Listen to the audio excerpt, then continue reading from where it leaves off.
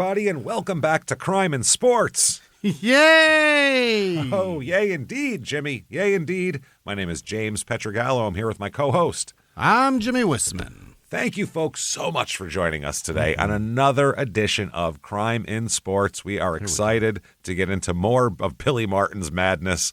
We got a lot of fighting this week, boy. This is the 60s are a scrapping time for Billy, man. He is on the downside of his career and angry about it seems like. Yeah. So we'll get into all of that and more. First of all, though, shutupandgivememurder.com. Get your tickets for all your Small Town Murder live shows there. Get all your merchandise as well. Live shows. We are this Saturday coming up here in Seattle. It is the 18th of October in Seattle at the Moore. Still a few tickets left for that. So get Barely in there any. You right better hurry now and do that. Yeah, we just released our holds and our comps that we had, so maybe get some of those and get in there and come see us and get your tickets for the virtual live show. It is the Thursday right before Halloween, just like a regular live show, except you don't have to come anywhere. You can be in your house or anywhere on the planet Earth with Wi-Fi. Or internet. You can watch this just like a regular live show, except we'll wear costumes and make fools of ourselves as usual. Sure. And you're going to love it. So do that. It's available for 2 weeks after you buy it, too, so you can watch it, or after it's the day we perform it, and then it's available for 2 weeks. So you can do it and watch it as many times as you want. Hang out with us and do that. Shutupandgivememurder.com. Get yourself Patreon. Hey. Do yourself a favor. Patreon.com/crimeinsports. That's all you need to do. Anybody $5 a month or above, you're going to get all sorts of stuff. First of all, hundreds of back episodes of bonus stuff you've never heard before. Right. So much good stuff in there. Then you get new ones every other week. One Crime in Sports, one Small Town Murder. You get it all. You get access to everything. And you also get all of our shows, Crime in Sports, Small Town Murder, Your Stupid Opinions, all ad-free as well with your Patreon subscription. And if that's not enough, Jimmy will mispronounce your name at the end of the show, too. We'll give you a shout-out. That's all we can give you. We're laying it all on the table. Yes. It's a buffet. It's a smorgasbord. Have at it. Best we got. There you go. More roast beef, sir? We don't know. There you go. Take it all. Patreon.com/crimeinsports. Let's get back into this here with Billy Martin. Billy Martin, as we left, had just been sent to the Cincinnati Reds. Right. Here. So he'd been sent to Cincinnati. He's getting bounced all around now, which is tough. I mean, if you were in like New York in the glory time, winning World Series every year and hanging out with Mickey Mantle every night and going to the best restaurants with fucking Frank Sinatra and Joe DiMaggio and and now you're in Cincinnati, which we've been to Cincinnati. That has none of that. All it has is a river that smells like sulfur. That's it. That's Cincinnati. So, and then he was in Kansas City, which again, not really a party town. Unless you consider eating barbecue a party sport. Yeah. That's it. So kind of tough. So these 1960 Cincinnati Reds here, also, since he's been traded around a lot, he's getting sent to shit teams also. He's not on these great teams. Now this year, they are 67-87. Oh. Terrible. Sixth in the National League. So ever since he's been sent anywhere away from the Yankees, he's had no success there. At all. Now, here is a spring training fight story from a teammate named Lee Walls. Yeah. Okay, a little story about Billy. This is from the book. Quote, "We went to a bar in Tampa in the early afternoon." Now, right away, that's a mistake. Early afternoon, it's anywhere in Tampa. Hopping. It's people have, by the early afternoon, it's the best time. They've only been drunk in Tampa for about 4 or 5 hours, but their opiates are just kicking in at this point, so it calms them down a lot. It's a good time to go. Very nice. In the early afternoon after a workout, and there was one lonely guy sitting there nursing a drink at the other end of the bar. The bartender recognized Billy and bought us both a drink. The guy at the end of the bar said, "Hey, Fred, I've been coming here for 20 years, and you never bought me a drink just for walking in." So Billy laughs and buys the guy a drink. I'll buy you a drink. How's that? Yeah. The guy got up, walked over, and threw the drink in Billy's face. Oh, you think you're a big shot? Dude, this is why bars suck. Is this why? This is one of the many reasons bars suck, is you don't know what level of alcoholic despair somebody's in. No. where something should be nice or funny is not taken that way. It's oh my God, things can be taken out of context so fast, and it's they've lost ability to reason at that point. So yeah. It's like reading texts of your. You can just make anything mean anything. Why'd you say it like that? Yeah. What are you talking about? Because you're drunk. That's why I said it like that. It's so fucking weird. No, it's like being a hostage negotiator. I was a bouncer. That's what it was like. Because they always show like in hostage negotiations, like in the beginning of Mindhunter, when they're showing you don't know what his state of mind is. He could be thinking I can see that it's cold. Yeah. So you probe a little bit in one area. Yeah. Okay, that doesn't work. So you got to go like that. That's what you do with a drunk person. Like, oh, maybe they got a sense of humor. Maybe they want to joke. This person's very serious. They don't want to joke. Okay, let's be serious. It's fucking crazy. These people are nuts. You can't fucking, wow. Can't reason with them. So he threw the drink in Billy's face. In an instant, the guy was lying on the floor. Billy ain't taking kindly to throwing a drink in his face, especially when he paid for. So it's from the book. It says Walls, this is the guy telling the story, was a fearsome bald-headed giant who resembled the muscular guy on the Mr. Clean bottles, but without the smile. He had seen plenty of guys in bar fights. He had not seen anything like the 5'10" Billy Martin. He said Billy hit him with one short, crushing right hand, and the guy just collapsed. Oh, wow. The man knew how to throw a punch, but Billy was disgusted. We drank fast. Billy left a nice tip, and we left. Think about what they just said right there. He knocked a guy out, and then they turned back to the bar and kept a nice tip. And kept drinking. They finished it. They were like, well, anyway, so what were we talking about? Finished their drink, left a tip, and fucking left. That is hilarious, man. So that's how Billy Martin is. This team, I am looking over their roster of the 60 Reds, and there is not Don Newcomb, Joe Nuxall, who at that point was 31, but he was a guy who came in the league when he was 17. He's a big story. Otherwise, Veda Pinson, there is not a lot of guys that like the modern fan, unless they're really big Sabre baseball nerds, would know about. Really, these guys, this is a really... Holy, Harry Anderson from Night Court was in there, apparently. Yeah. Good for him. Good for him. Rest in peace. Yeah. That's good. I love Harry Anderson. He was amazing. God, he made that show so fun. Oh, I loved Night Court when I was a kid. That was a fucking great show. Yeah. That's good stuff. March 27th, 1960. Okay. This is right after that incident, by the way. Yeah. This is so funny. This is a big article about big fluff piece on Billy, how is a nice... kindler, gentler, calmer Billy Martin this year after he just exploded a guy's face in a bar. Billy Martin hard to recognize, not carrying chip on his shoulder. That's the headline went away. in the newspaper. He's good now, everybody. Cincinnati humbled him? It is hard to recognize Billy Martin in a Cincinnati uniform because he's not carrying the usual chip on his shoulder, cracking any jokes, or vowing to make someone worry. All at once, the 31-year-old Martin seems to have matured, and no one is more conscious of the radical change than he is. Oh. He said, I'm not looking to show the Indians, the Yankees, or anyone else, he said, keeping his eye on the pitcher as he waited his turn in the batting cage. The only one I want to show is Billy Martin. I'm tired of bouncing around. I'm tired of getting into controversies. The only thing on my mind now is having a great year. Not a good one, but a great one. Great one. Great one. And I feel... I'm going to have that kind of year. I've got to. I don't want to move around anymore. I don't want to have to listen to people saying the only team Martin could ever play for was the Yankees. It says Billy moved into the batting cage, got good wood on 5 out of 6 pitches. Nice. Some good wood. Served up by teammate Don Newcomb, and then sprinted around the bases at Al Lopez Field where the Reds train. When he returned, Martin talked of the continuous merry-go-round he's been on since the Yankees let him go in 1957. Since then, he's played for Kansas City, Detroit, and Cleveland. The Indians traded him. They're talking about all that. Martin says, I've heard people argue both ways. Some claim Cleveland got the better end of the deal. Others say Cincinnati did. I guess it'll be easier to tell this along about September. He said... Okay. He had differences with Cleveland manager Joe Gordon last season, chiefly because Gordon refused to play him, but Billy has all but forgotten that. No more grudges from Billy. Yep. We'll see by September. He said, quote, what's the sense in letting it aggravate me? Guy throws a drink in your face, you laugh and walk away, right? It's not going to change anything. No, he said, my day. You're never going to change people. I remember going back home around Oakland one time, and I was sitting around having a beer. This guy comes over to me and strikes up a conversation. It seems he's a baseball bug, and he doesn't like Billy Martin. He didn't know it was me, and he really said some awful things about the kind of fellow Billy Martin was. Yeah. To Billy Martin.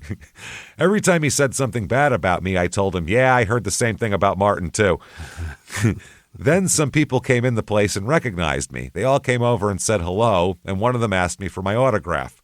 All the time I'm signing my name, this fellow who was ripping me is looking at the signature from the corner of his eye. No sooner did I finish than he sticks his hand out and says, Billy Martin, you're my favorite ball player. Let me buy you a beer. People like to talk shit. That's all. Yeah, that's all it is. Disarming. Yeah, April 3rd, 1960. It's the beginning of the season, and Billy's got a bit of a distraction here as a $100,000 lawsuit is filed against Billy Martin. What year? 1980? 1960. Fuck 60. 1980. Oh, my God. That's over $1 million. That's crazy money. That's a lot of money. Way more than he's made in his career. Yeah. Like, this is crazy. So, yeah, April 2nd, $100,000 suit's been filed against Billy Martin, the Cincinnati new second baseman, for an alleged injury resulting from one blow during the spring of 1958. This is he's getting sued over a fight from fucking 2 years ago. Yeah. The suit was filed by Billy Joe Ingram. The incident occurred at a restaurant in Lakeland where the Detroit Tigers were in training. Martin was a Tiger at the time. Martin said he and Frank Lowry, Tigers pitcher, were in the restaurant when a man he had never seen came up and started trouble. Martin said, quote, I hit him once in self-defense. We had been minding our own business. Oh. Yeah. Now, by the way, you got to keep in mind that back in the day, he's a really, really tough guy at this point. At this point in time, he's a little shit, but one punch knocks people the fuck out. Right, yeah. Big drunk men who want to fight him. Ends a skirmish and a discussion in one punch. So later on, when that shit doesn't work anymore, when he's in his 50s, it's a totally different thing. Because there's a story later on from when he's in Texas where there's some big, giant, tough fucking, like oil fucking field worker, big guy, and Billy fucking hits him once in the face, and the guy says, I'm going to fucking let you get away with that tonight because you're so drunk. Because you're an old man. Yeah. Tomorrow, when you're sober, I'm going to kick the shit out of you. Oh, fuck. Which sounds terrible, doesn't it? That's the worst threat ever. I want you to have your best opportunity at beating me, and it's not going to happen. He said, I want you to remember me kicking your ass, is what he said. That's what he told him. He said, I want you to remember me kicking the shit out of you, and you're too drunk now. So tomorrow, which is the scariest thing anybody could say. I'm still going to handle you very easily. Take a punch in the face, rub it a little bit, and go, all right, now I'm not going to kill you. You better run. I'm going to wake you up. Yeah. Now, so he's in the National League now as opposed to the American League, so they don't even play the Yankees, obviously, at this point. So he says, quote, the worst thing about being in the National League is that I won't be able to see Mickey all summer.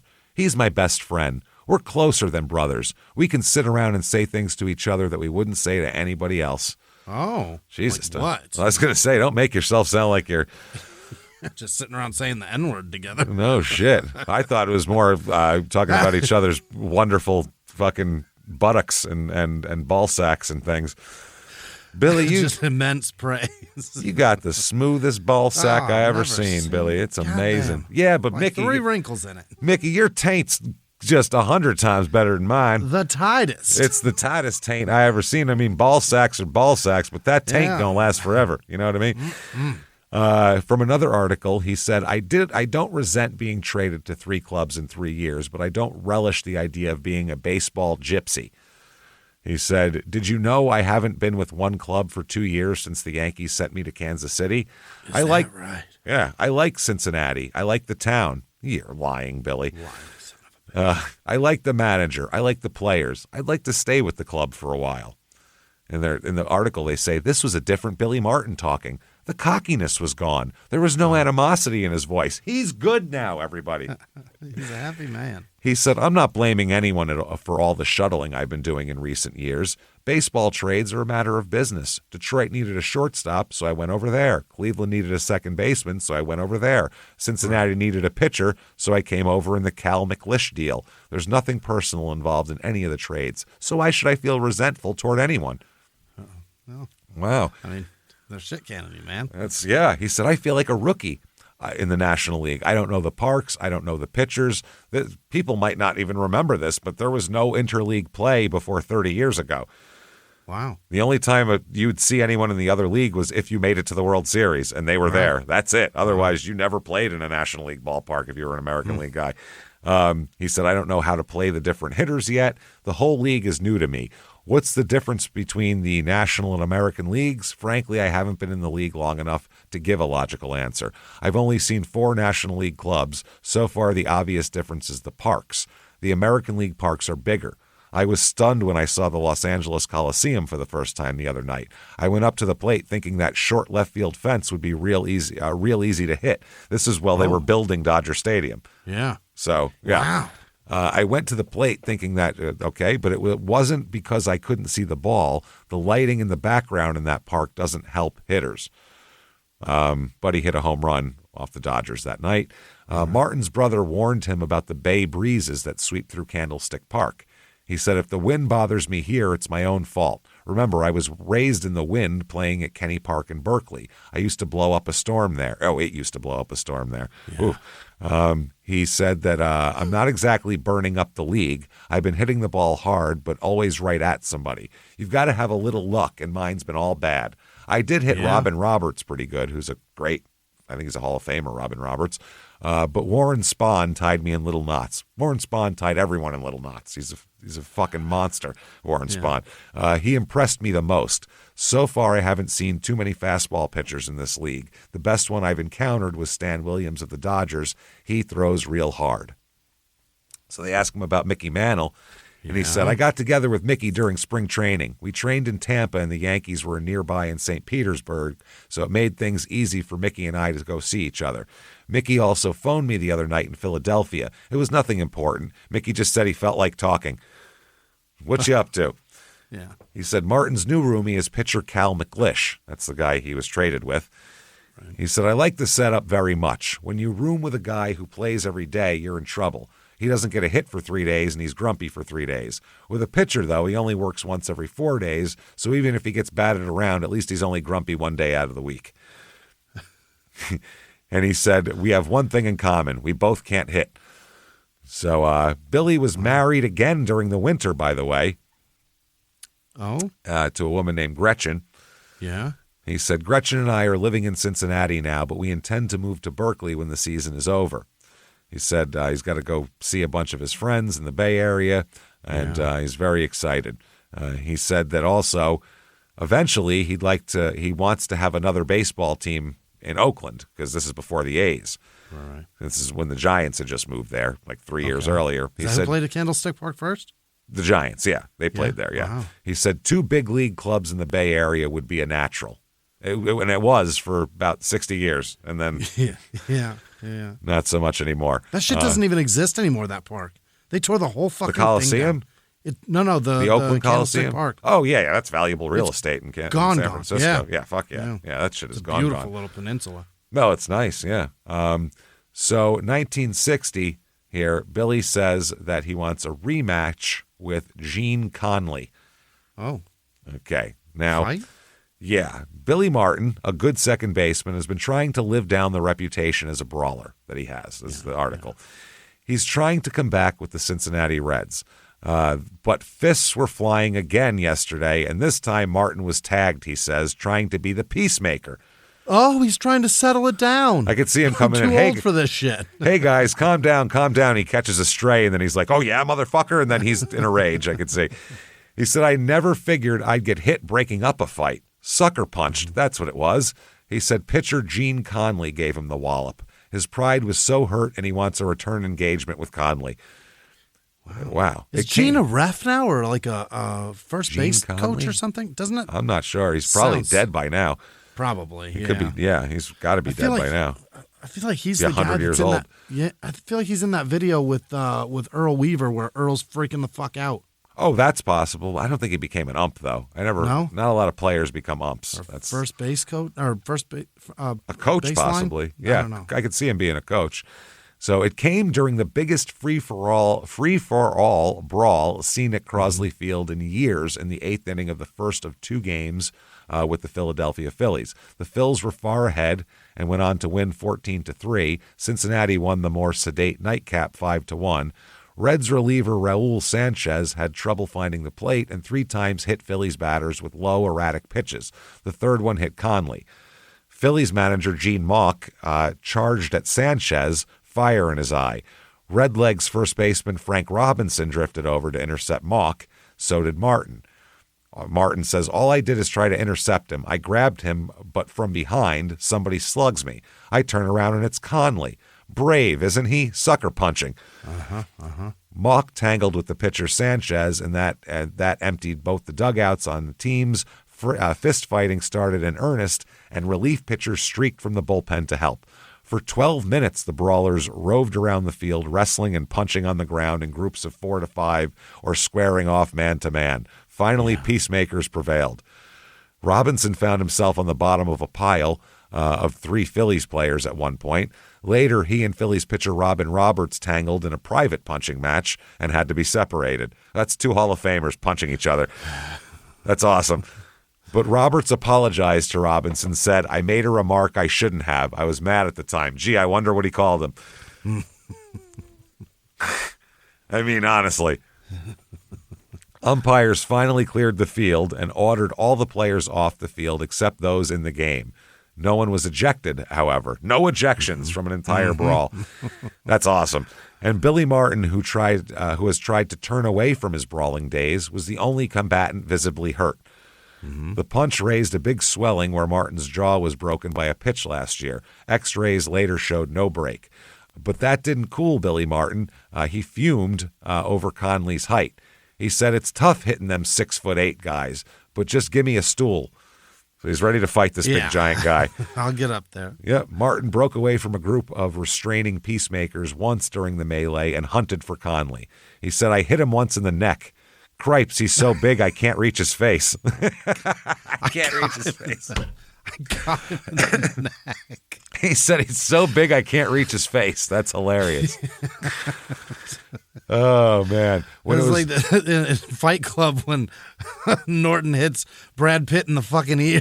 Yeah, he's like, come on, man. He can't even throw a punch. He said, when it was all over, Conley wanted to talk to me about it. I didn't want to talk. I just wanted him, and I think I may just get another opportunity.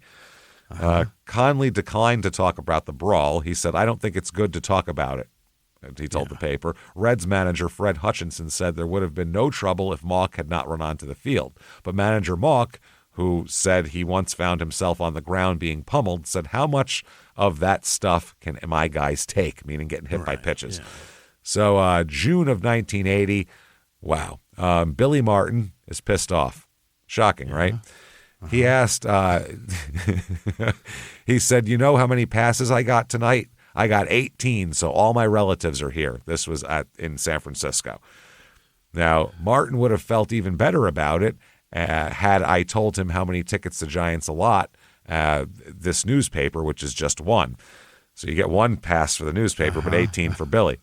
He said, as usual, the kid had a gripe. This time it has to do with how the umpires call him. He explained, in the American League, the strikes are high. In the National League, the strikes are low. Here, the strikes are called from about here to here, and he marked off the zone between the base of his breastbone and the top of his socks. In the American League, the umpires call them from about 4 inches below the armpit to the knee. He said one thing National League umps tend to miss is the low outside pitches. I don't see how they can possibly call them from their crouch inside. The ump should be behind the catcher like they are in the American League. Okay. I guess they'd set up inside in the National League. Yeah. If they're over here crouching to one side of the plate, they have to switch over behind the catcher's head to see the outside pitches, and they're bound to miss them. Sure. He said his face is still sore, too, from getting punched. He said he caught me. Punches hurt for a while. Oh, they smart, yeah. He said he caught me right in the temple. The thing swelled way up, and it hurt way down to my cheek. Conley broke about 7 bones in my face. It'll take about 6 months to mend. Yeah, if they hadn't held me off, I think that big joker would be in even worse shape. Actually, I was only trying to break up the free-for-all when he belted me, but I got in one swing before they hauled me off, and it dropped him to his knees. He said, when I was in Berkeley High, Jennings booted me off the team 2 years in a row for fighting. He taught me to turn the other cheek if someone gives me a bad time. I can do this if they just give me some bad words. I'll turn away every time. But man, when they belt me, I always belt back. I could never hold myself back no matter how hard I tried. And he said, right now my home's in Cincinnati, but he said that, he'll move back to Berkeley if a business opportunity turns up. Okay. August 5th, 1960. Teams start pitching Martin inside a lot. Uh-oh. Which pisses him off, obviously. Yeah. Like they're jamming him up, and he knows it. And Can't so hit it. there's a guy named Jim Brewer, not the comedian, not the one-note comedian, the actual baseball player. Yeah. So I guess apparently he was pitching Billy inside, and after one pitch way inside, Billy on the next pitch swung the bat and let it go. Oh. Threw it at the pitcher, essentially. Yeah. And it landed not near the pitcher's mound, but, out in the field. When he went out, when he went out to retrieve it, Brewer approached. Martin swung at him.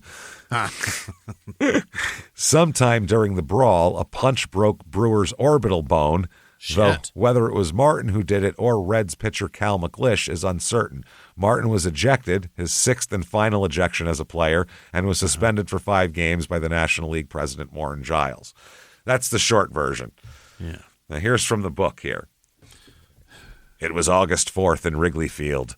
Yeah. One day before the 1-year anniversary of Billy's beaning by Tex Clevenger, when the Cubs' 6'2" Jim Brewer, a left-handed rookie, threw a pitch that sailed toward Billy's head until he deflected it with his left arm. The umpire said the pitch struck Billy's bat as well and called it a strike. Yeah. It bounced off his arm and hit the bat, so now it's a strike. That's a strike, yeah. Billy was doubly incensed with the location of the pitch and with the umpire's call. He decided he would use a frequent tactic of hitters who were upset at the pitchers. He would make Brewer skip rope, which he's in at the end of his windup. Now you got to dodge a bat. This is when a batter swings at a pitch and pretends to lose control of the bat, flinging it along the ground at the pitch toward the pitcher's mound. The pitcher usually has no trouble getting out of the way, but the batter sends a message, I can throw things at you too. Right. On the next pitch, Billy did just that, except his aim was off and the bat skittered harmlessly to the right of the mound, halfway between the mound and first base. Billy walked onto the diamond after his bat. In his version of the sequence to follow, Billy said he saw Brewer coming at him from his left, and as he got close to his bat. Brewer had a clenched fist, and Billy was sure a punch was coming. Brewer's version was that he yelled at Billy, "You want to fight?" And that Billy answered, "No, kid, relax. I'm just getting my bat." Now, I can't see. If you ask Billy if he wants to fight, you want to fight. The answer's always yes. Yeah. I mean, he's not going to say no. And you're doing that because you want to fight. And he's pissed off at you to begin with, and now you're asking him to fight? He's not going to tell you to relax. The word relax isn't in Billy's vocabulary. It's just not. Until the fight unlike the fight at the Copa, thousands were watching. So what is indisputably known is that just as Billy was reaching his bat, Brewer was converging on him. Billy suddenly wheeled to his left and smacked Brewer with a perfect right hand to the jaw. Billy also said that day and forevermore that he never hit Brewer again. And in almost every baseball fight, there was a pileup of players. At one point, Brewer kicked our Cal McLish in the ribs, and Cal went nuts. Lee Walls said. Yeah. He started whacking Brewer with punches to the face, 3, 4, 5. He did some damage. And, Brewer was taken to the hospital with a fractured orbital bone near his right eye. "I'm sorry if he's hurt. I'm sorry that it happened. He threw at my head," Billy said in the locker room. "I was in the hospital for weeks last year. No one's going to throw at my head again." There it is. Yeah, he got hit in the fucking jaw.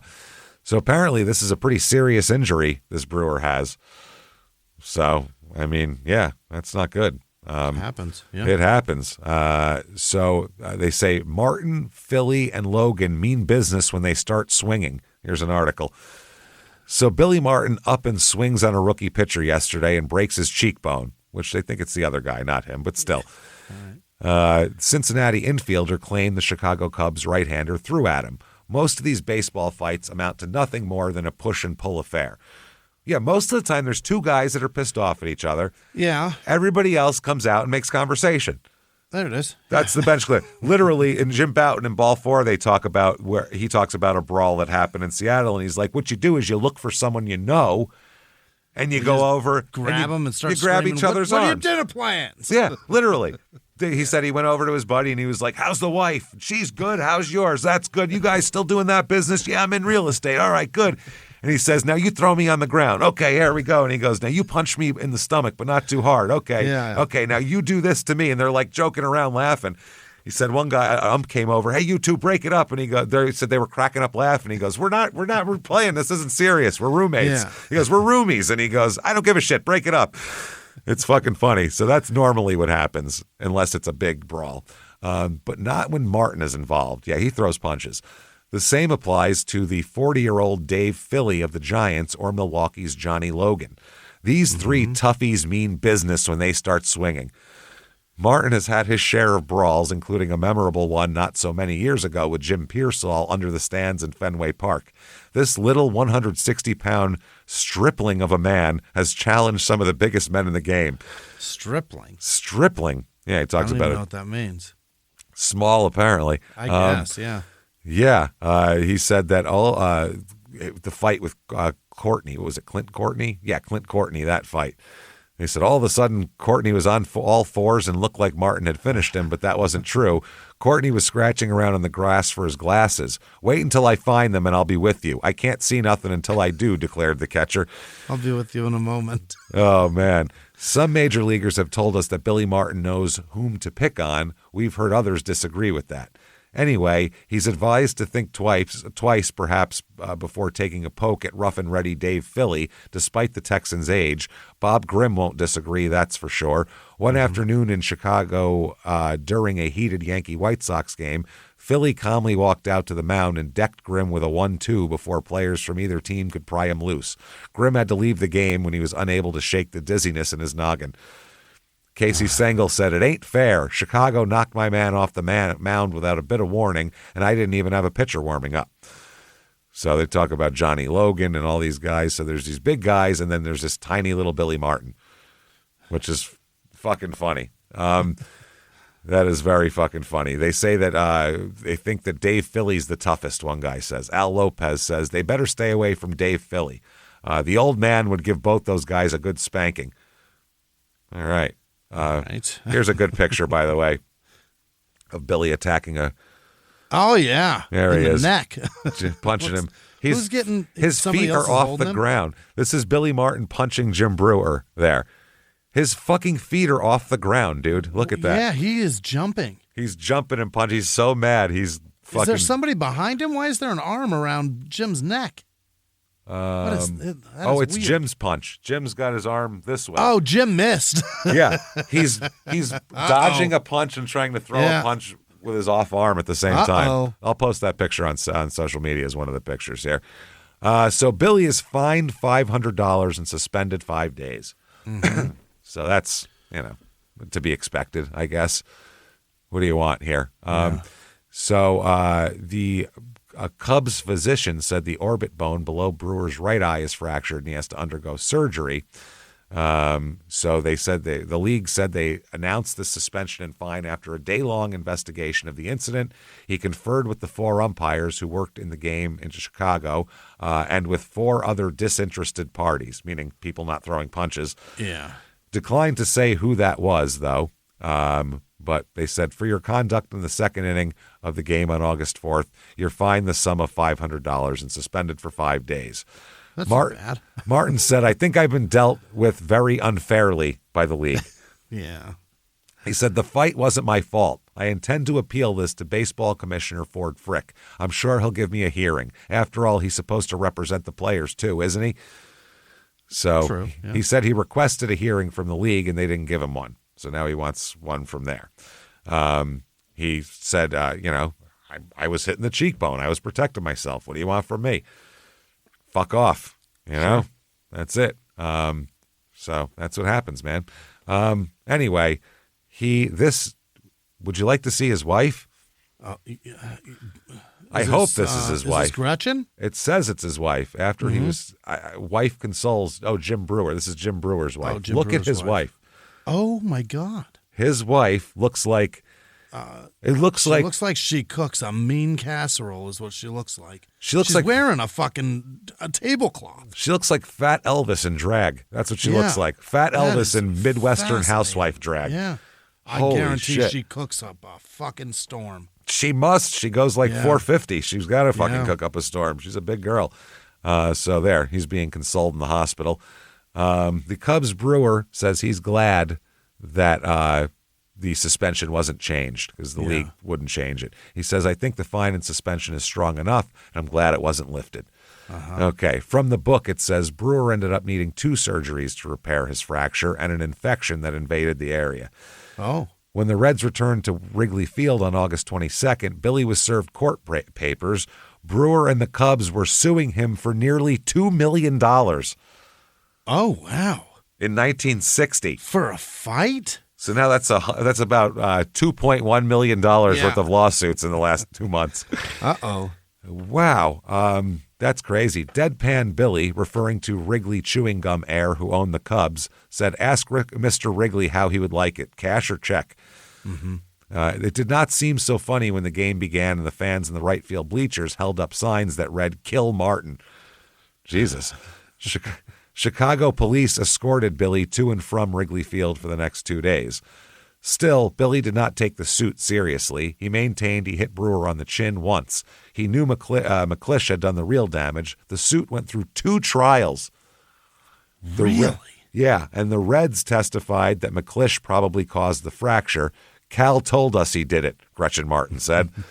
So, yeah. From the FBI files now. This is from Billy's FBI file. Okay. Apparently, not a real fan of the mail, and there's a reason for it. This is for people sending him shit. Billy Martin's the victim here, not the perpetrator. Okay. All right. So it said Cincinnati Baseball Club somebody from the office appeared at the Cincinnati office of the FBI, at which time he produced a letter which he believed to constitute a violation of the extortion statute. Okay. The letter is addressed to Mr. Billy Horseface Martin. Horseface. Horseface. Yeah. Care of Cincinnati National League.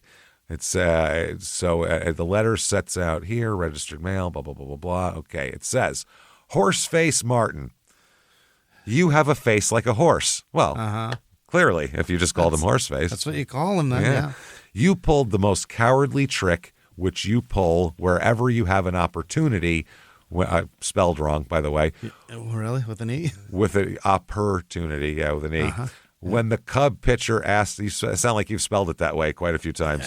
No, I could see it going that way. Yeah. I'm really good at that word. That's good. When the Cub pitcher asked you if you wanted to fight, not fight, you said, no, sir, I came after my bat, that he took you at your good word, relaxed and turned. Then you took your cowardly swing at him. All of this you know, but I do want you to know sometime you're going to meet a guy like me in life who has encountered a couple of bums like you. They pulled the same trick under different circumstances. He's going to pay Billy back for everything that's happened in his life. They both got their belly cut wide open. Ooh. A hole big enough to put a cantaloupe in. And both, like you, yelled cop like you.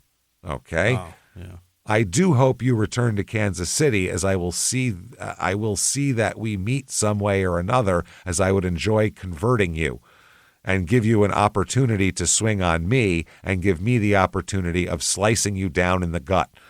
Did you spell them right that time? Gut is no. Slicing is wrong. Every time he spells opportunity, it's with an E. It's with an E?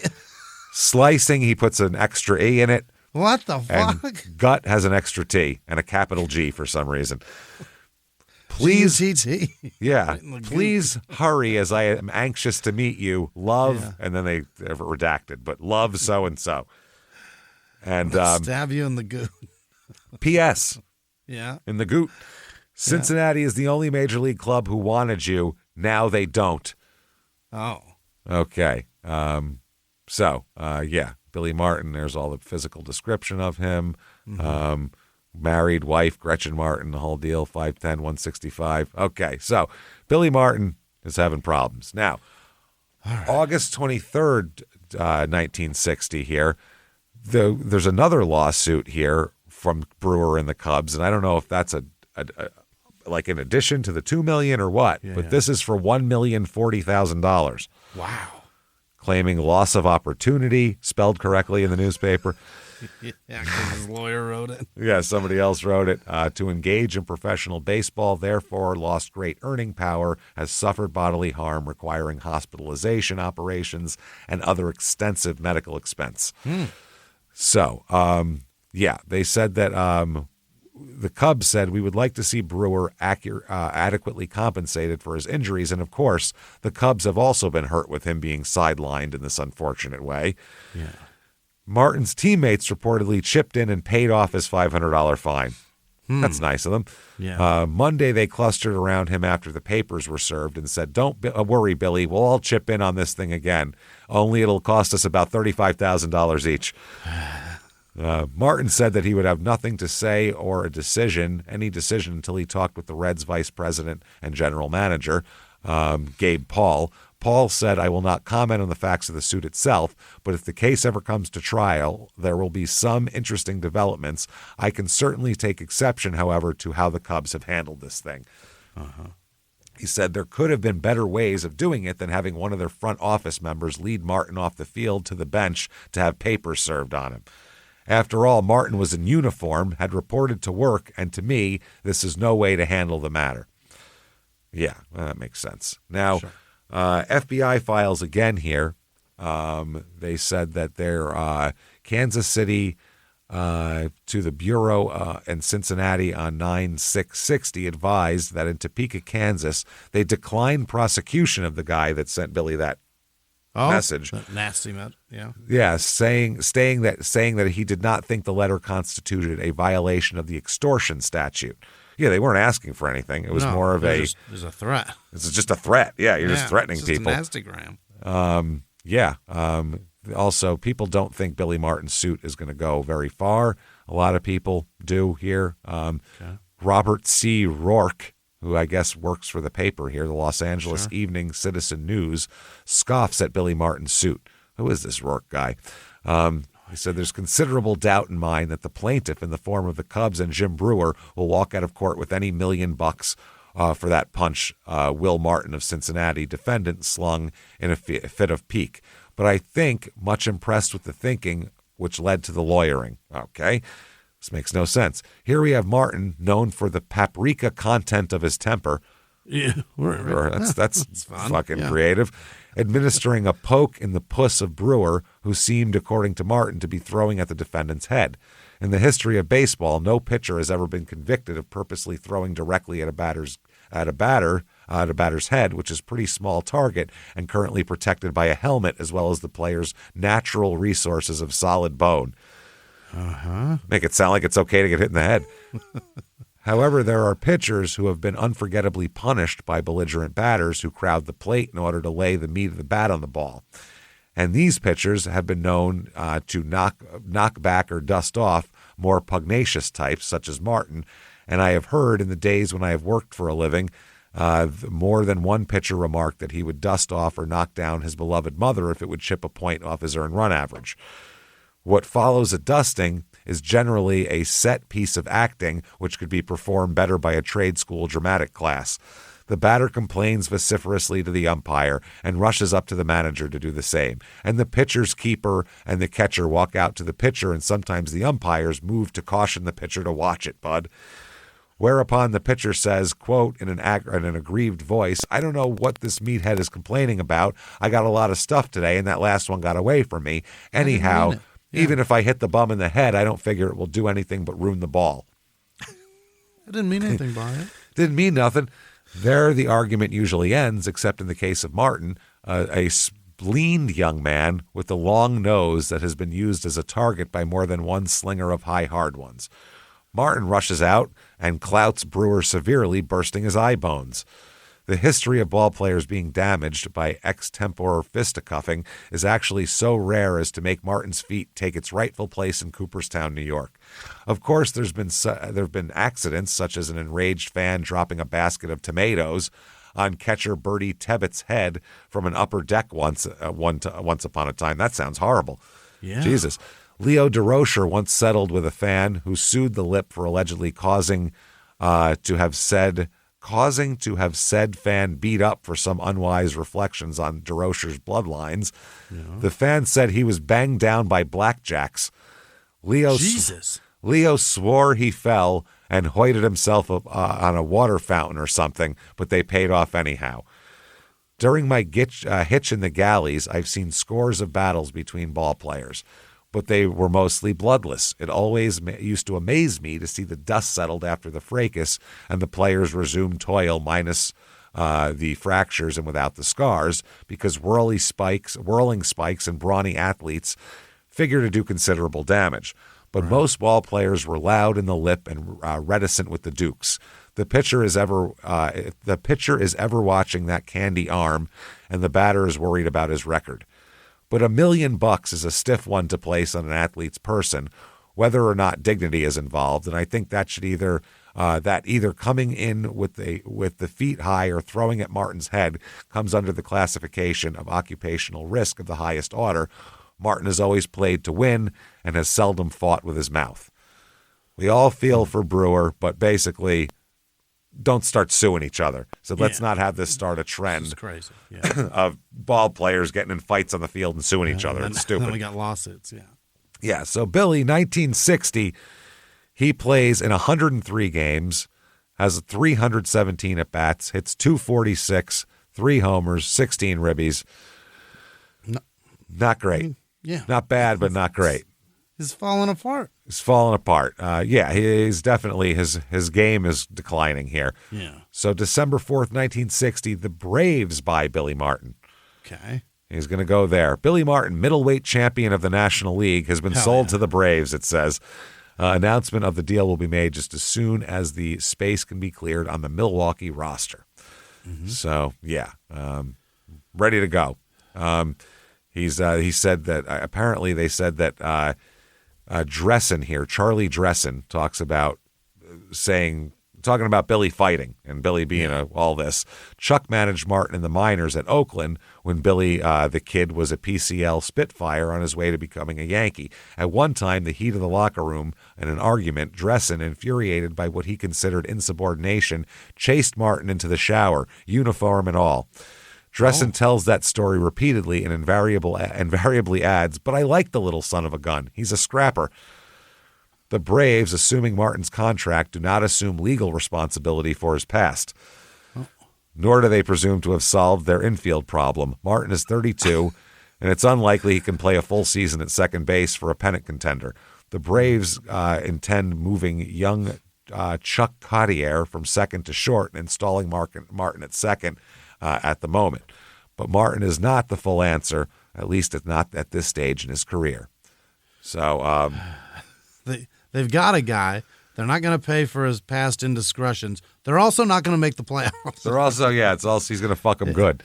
He said it's good to get away from a floundering club like Cincinnati to a solid one like Milwaukee. Mm-hmm. I sure hope I'm back with a champ. I've been shipped all over and I hate it. It's just awful to pick up the paper and find that you've just been sold, especially when you're just getting to know everybody on the club.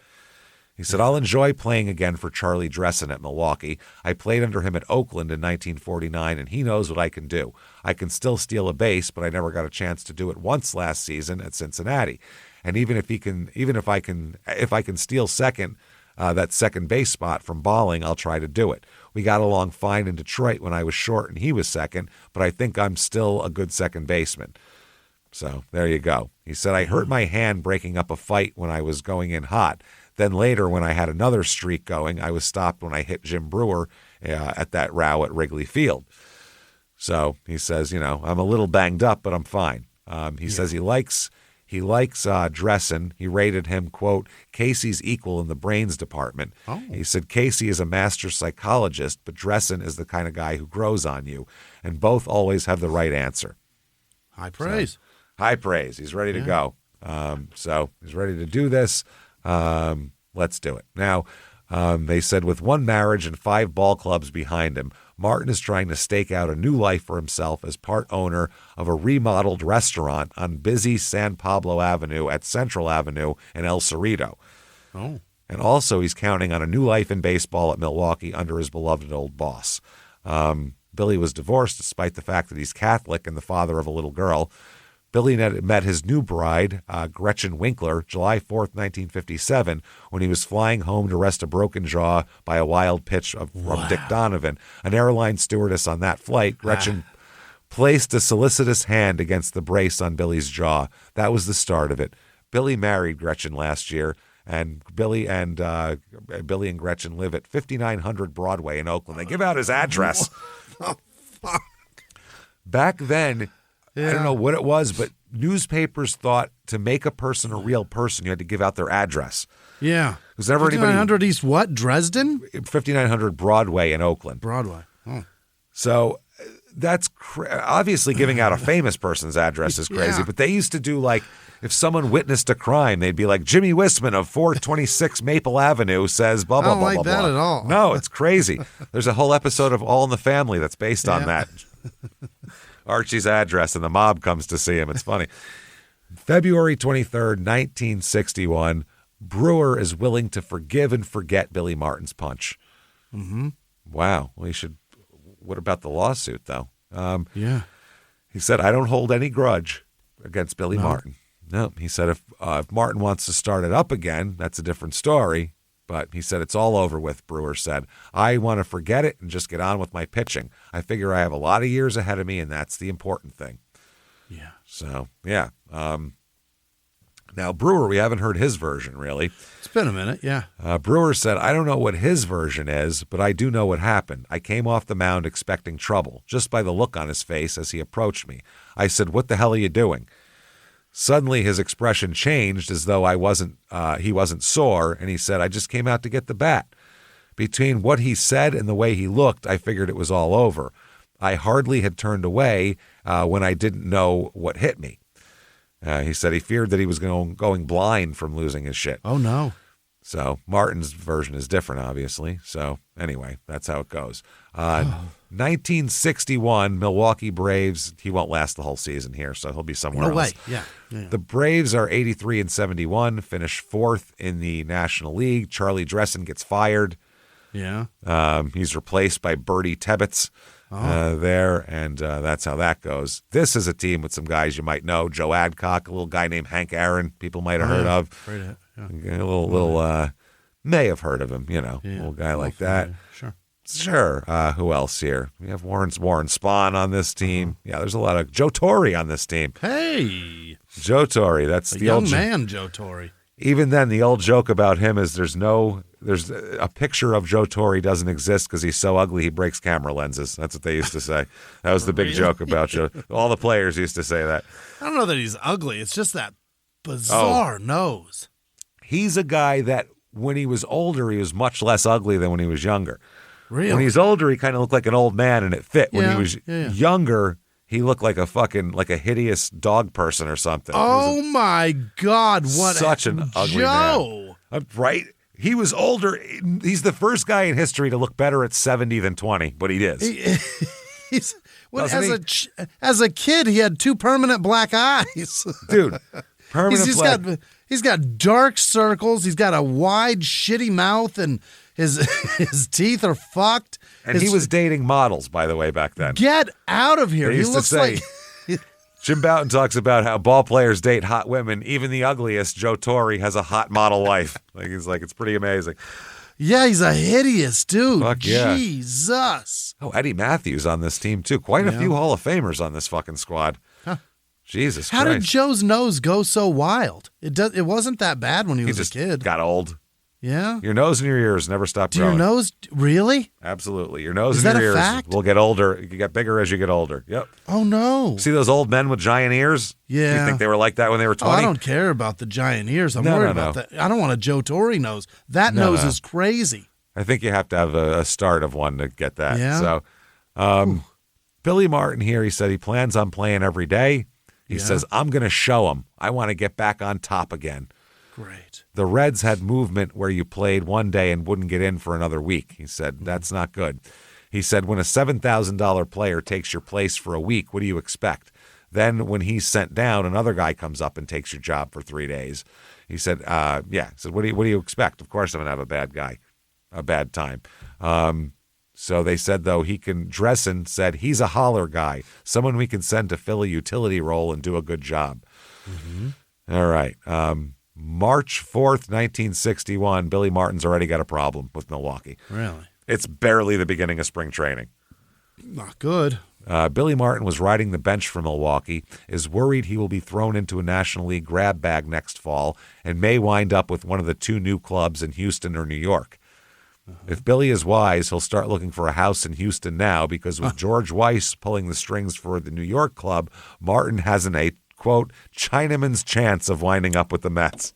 Oh, sweet Pete. That's in the newspaper. Are we doing that? That is in the newspaper. A journalist wrote that down. Well, that's the Staten Island Advance, so that's still considered a very nice term for an Asian person in Staten Island. Yeah. That's still considered respect. Very thoughtful. Yeah. At least he mentioned his origin. No shit. Exactly. June 2nd, 1961. Billy's gone already for Milwaukee. Where'd he go? Minnesota, the Twins. Oh, the Twins. The Twins, who are brand fucking new at this point. Mm-hmm. These skidding Minnesota Twins have gone on a trading binge and acquired infielder Billy Martin from Milwaukee. The Twins, who slipped from 3rd to 7th place by losing 10 of their last 11 games, gave the utility infielder Billy Consolo an undisclosed amount of cash to Milwaukee for Martin, the much-traveled, scrappy veteran. There we go. His old manager with the Oaks, I guess the Braves wouldn't start him. So he only had 6 at-bats with the Braves and had no hits. Yeah. So, the Twins here, they are 70-90. It's another shitty team. I think they just moved this year. Yeah. Here. They're 70-90. Cookie Lavaghetto is fired, the manager, and Sam Mele, he is the fill-in guy here. This team, not a lot of Hall of Famers on this one. Not exactly Milwaukee here. Going through it. Jim Catt, he was good. Jim Catt, Billy Martin. Jesus Christ, this is a rough squad, man. Not a lot of people to talk about here. August 17th, 1961. Headline, quote, Gentlemanly Stevens faked out by Martin. Faked out? What does that mean? Faked out. Billy Martin employed an old ruse to pull off an old trick against Gene Stevens in the 9th inning Wednesday at Metropolitan Stadium. Stevens was on second base when Martin, who had taken the throw from the previous play and kept the ball, sidled up to him. There's some dirt. There's some dirt on the bag, he said. Mind lifting your leg so I can kick it off? Oh, what? You say no. Fuck you. That's stupid. That's amazing. That's brilliant. Why would he lift it? When Stevens stepped off the base, Martin tagged him for the out. Yeah. Did he look silly? Billy laughed. In a way, I felt sorry for the guy getting caught like that. His dugout tried to warn him that I had the ball, but I guess he didn't hear him. The dugout's yelling. That is fucking awesome. So, by the way, just in case you're looking for it, right under that article, we have some shit for bowling shirts here. Yeah? Okay, this is a way to clean bowling shirts. What does that mean? It says it's Browns for bowling shirts for men and women. Airflow, Musing Wear, and other top brands. Team discounts, lettering at cost, cash prizes. And it's then under that, falling hair and dandruff too. I'll tell you what you better do. Fromm's Scalp Specialists. Go there. They're next to each other in the same plaza, and they advertise together. Is there a big problem and difficulty washing a bowling shirt? Well, yeah. When your dandruff falls on your bowling shirt, you can't do anything about it. It's hard to get it out. Hard to get it out. Real stubborn stain. So September 23rd, 1961. Yeah. Billy Martin says that Roger Maris's 59 home runs are equal to 70 in the days when Babe Ruth was playing baseball.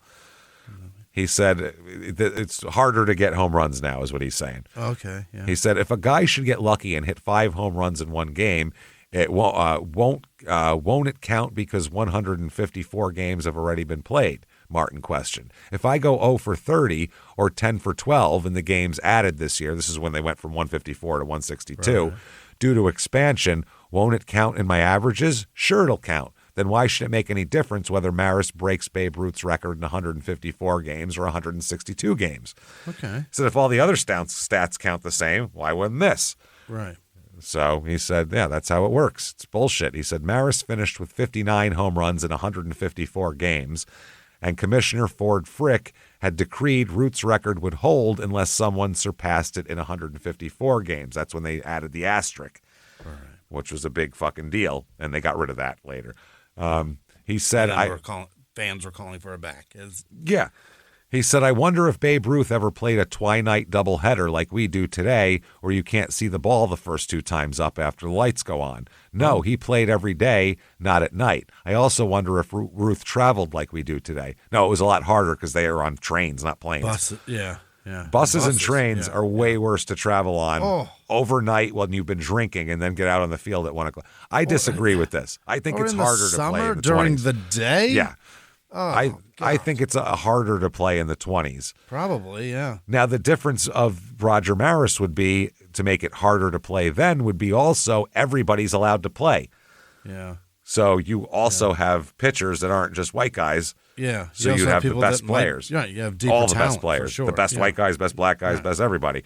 Right. So there's deeper talent. But then again, back then also, there was less teams and less talent, so they saw you more often and knew everything about you, so it was harder to hit home runs. So it's all a fucking wash, I think, honestly.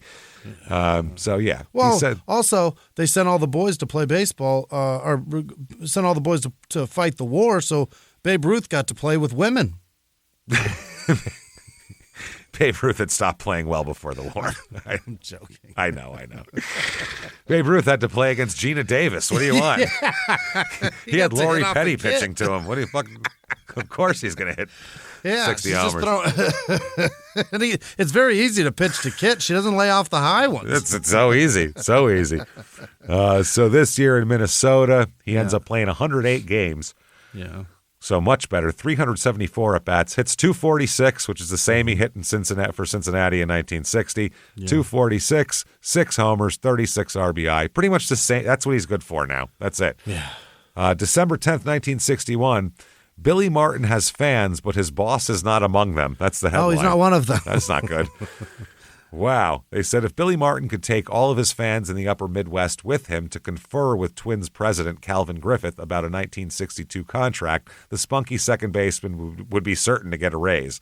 Sure. As it is, Martin might get a raise, but Griffith was indicated, the former Yankee was indicated. Okay. The former Yankee does not figure prominently in the Twins' plans for next season.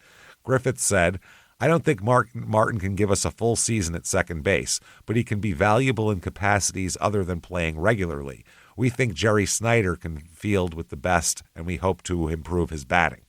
Yeah. Snyder was purchased from Indianapolis. It's his first shot in the majors. Billy says, I feel great. My legs are in good shape, and I'll be ready to play every day. I'm going to start working out next month. I'm going to do some running and start swinging a bat. So fuck you.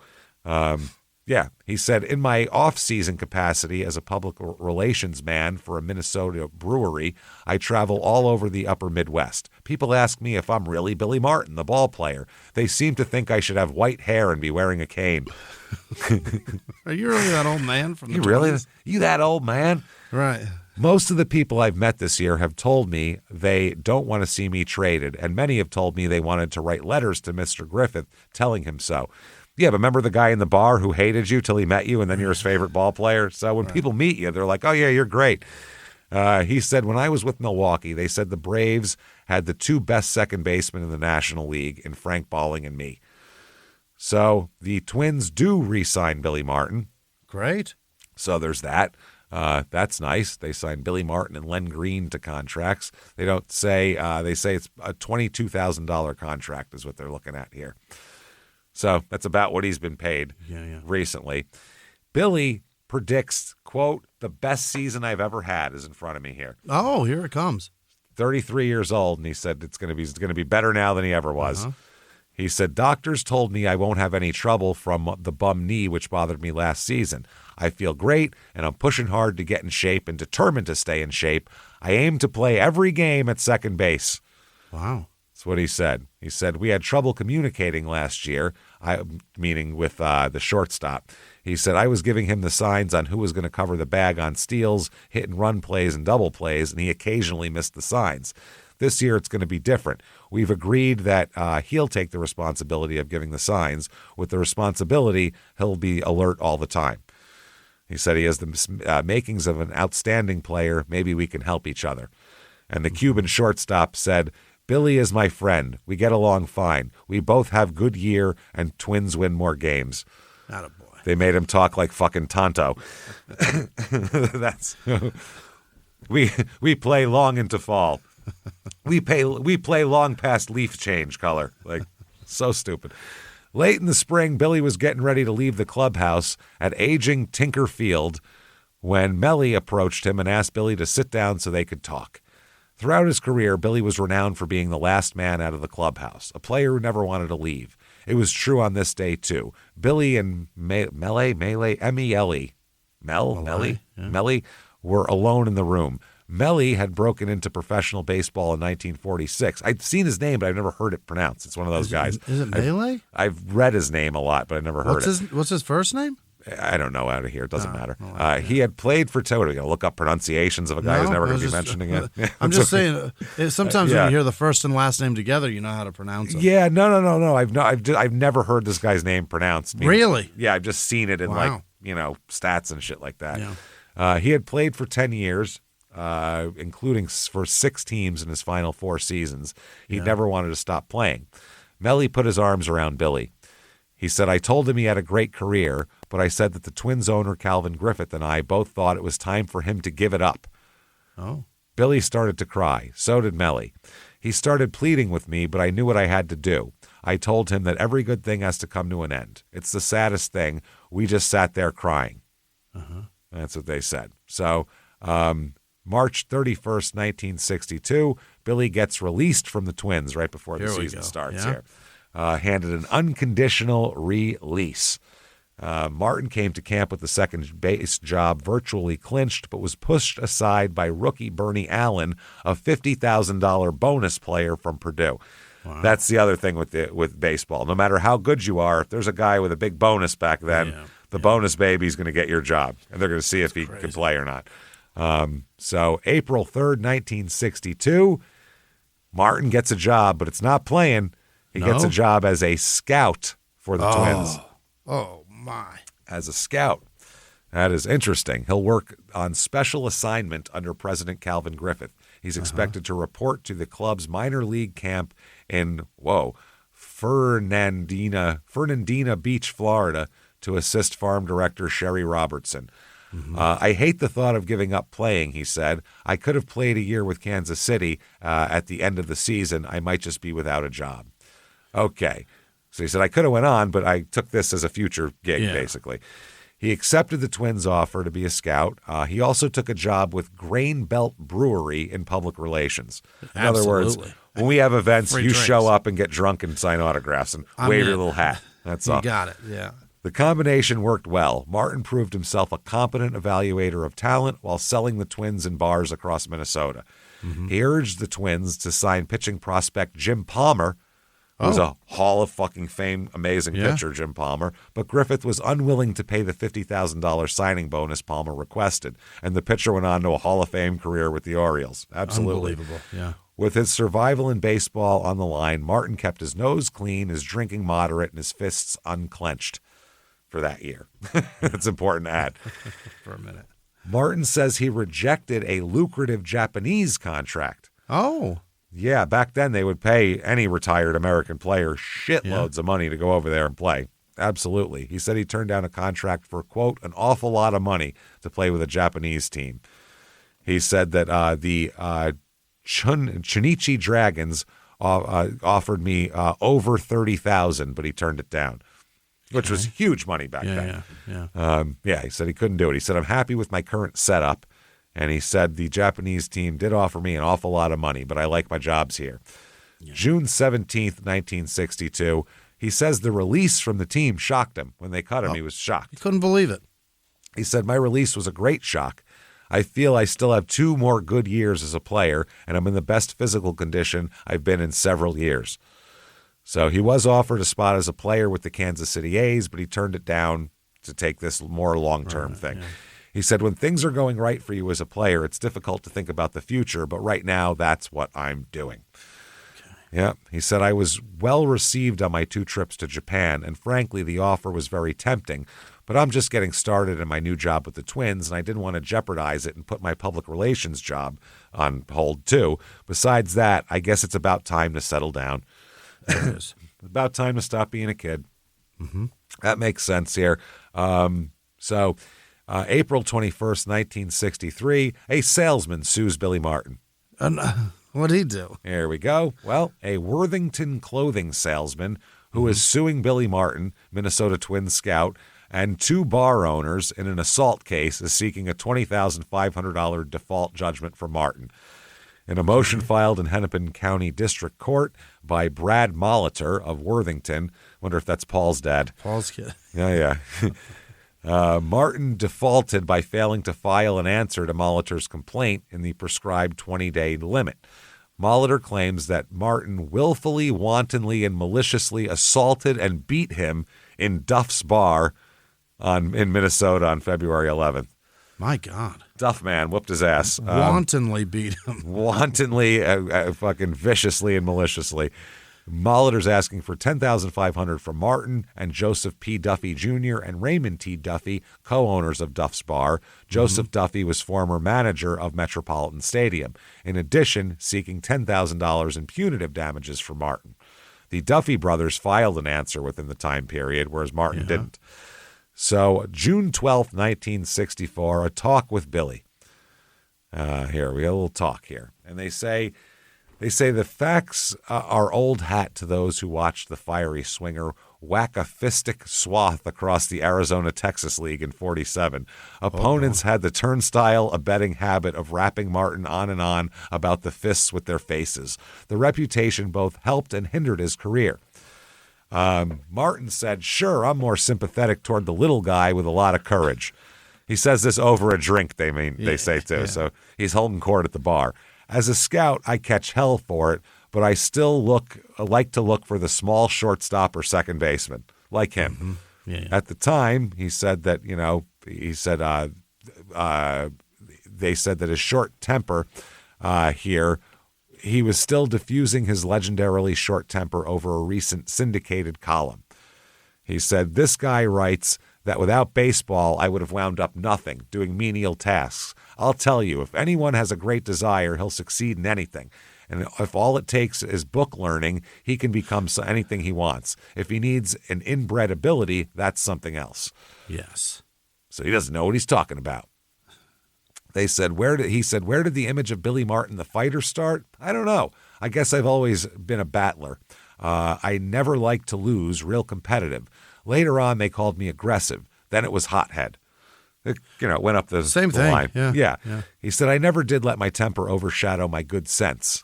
He said that in a whisper because there are 10 or 12 guys everywhere who will lay 7-1 that he did.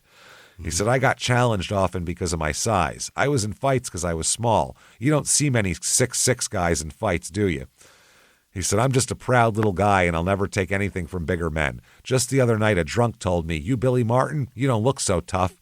I told him that 10 years ago, I would have smashed his face. 10 years ago, I was tough. 10 years ago? Fucking 2 years ago. Yeah, a minute ago. He just wasn't drunk enough yet. The very aggressiveness that Martin is searching for in this tournament as a scout for the Twins perhaps precipitated his ultimate success or his ultimate suitcase assignments around the big leagues. The travel log of Billy Martin includes, it's all the teams.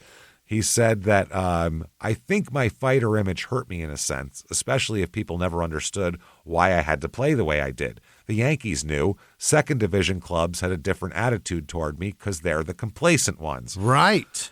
Exactly. He's fighting for every inch, and they're just like, calm down. They don't care. They said, they asked him about Yogi as a manager. And he said, it's really hard to make a leader out of a follower. Yogi's always been a follower. I hope he succeeds, but not so much that he beats our Twins. The Yankees are actually going to have quite a battle just staying in this race. Their dynasty is over, which is true. 64 is the 64 is the last time they go to the World Series against the Cardinals and lose, and then it is a shit show till 77. Wow. After that, a complete disaster. So he says that Billy sees colleges as less of a supplier of major league talents than some of his other scout colleagues do. He said colleges are a source, but they'll never become the source. I think the majors will subsidize the minors eventually. It's got to happen, and it's happening now. Yeah, they can't do that just based on ticket sales. Right. He said the reason I lay off most college kids who want to graduate is the age factor. A kid comes out of school at 21 or 22, he'll likely need 3 years of seasoning, and by then he'll have used up some good years. Personally, I like to start with a kid of 17. Get him in the minors for 3 years, have him come up when he's 20, 21, go from there. Unfortunately, they have high school. Damn it, if I could get him straight from the 8th grade, I would. Like they do in hockey and fucking tennis and shit. Martin said the Twins bypassed former Arizona State pitcher Sterling Slaughter because we didn't like his stuff. Slaughter's stuff, however, defeated the Braves twice recently.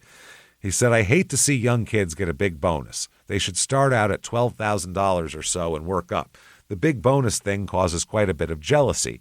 Here's a guy who's been up for a few years, and he sees an unproven kid come to the club with more money. The whole thing gets out of proportion. They asked him about attendance decreases because baseball's attendance went down. Sure, yeah. He said, I don't know the reason, but baseball definitely is not slipping. It's advancing, if anything. Baseball has always maintained the same type of rules for field, playing, etc. Look at the constant rules changes in football and basketball. Baseball doesn't do that because it's a great game and doesn't have to. But that was the time when football was becoming the national sport, overtaking them, and then basketball did the same in the fucking 80s. So it's hard to say that. So then baseball waited another 40 years and now destroyed the game by making a million rule changes at once. Rather than incrementally putting them in over 50 years, they just made losing American fans at a rapid rate, but gaining a crazy not to be given a fuck about American fans. The NBA, you mean? From all of them, really. Well, the NBA is the only one that makes money overseas, really. Baseball doesn't make money overseas? No. Nobody cares about baseball. They care about Japan has their own league. They don't give a shit about the major leagues. Oh. They love their own baseball. I mean, they care if Otani's playing, everybody's watching. Yeah. But if it's the fucking, Cubs and Brewers on a Saturday afternoon, no one's watching that. Ichiro, Japan, but Japan's very small. It's not a big country. It's a small market. Yeah. So that's not a lot. Gotta get China involved. China loves the NBA. Yeah, they sure do. They probably make more money off of those people. That? Yeah, it was. They loved the NBA to begin with, but then when Yao went over, then it really blew up because they all started watching the NBA. They started broadcasting all of his games. And he's the only one ever, right? Yeah, there'll be more now because they're really getting into it now. Over there, there'll be more eventually, I'm sure. You look at the way an Asian kid learns the violin. If they put that kind of fucking effort into baseball, they're going to be here. Or math. I mean, they're going to come. So, final word from Billy Martin, the scout. Say hello to everyone in Phoenix and tell all the kids to sign with the Twins. Might say, too, that everything between me and Clint Courtney, which is him fighting with him forever, must be all right now. The last time I saw him, he didn't hit me. Oh. So it must be good. Yeah. December 4th, 1964, a son is born. Really? Gretchen gives birth to a 7-pound, 13-ounce boy, Billy Joseph. Mm-hmm. Little Billy. Masculine child. May your first child be a masculine child. Or maybe it could be a man of substance, Jimmy. What about that one? Yeah, I'll take that one, too. That's the best compliment we've ever gotten in our entire lives. Oh, man of substance. Oh, man of substance. So background. Oh, Frenchie. We went out to dinner, and a waiter named Frenchie, who's very French at this restaurant, we left a very nice tip, and he looked at it, and he goes, "Oh, man of substance." And we've been laughing about that for a month. Now, if I have 3-4 tables like yours, I will have decent nights. Yeah, a decent night because the restaurant was empty. Yeah. Oh, that's fucking funny. So Billy Joseph. Billy told everyone that he was most pleased that his son had inherited his mother's nose and ears and not his. Oh, thank goodness. Thank fuck.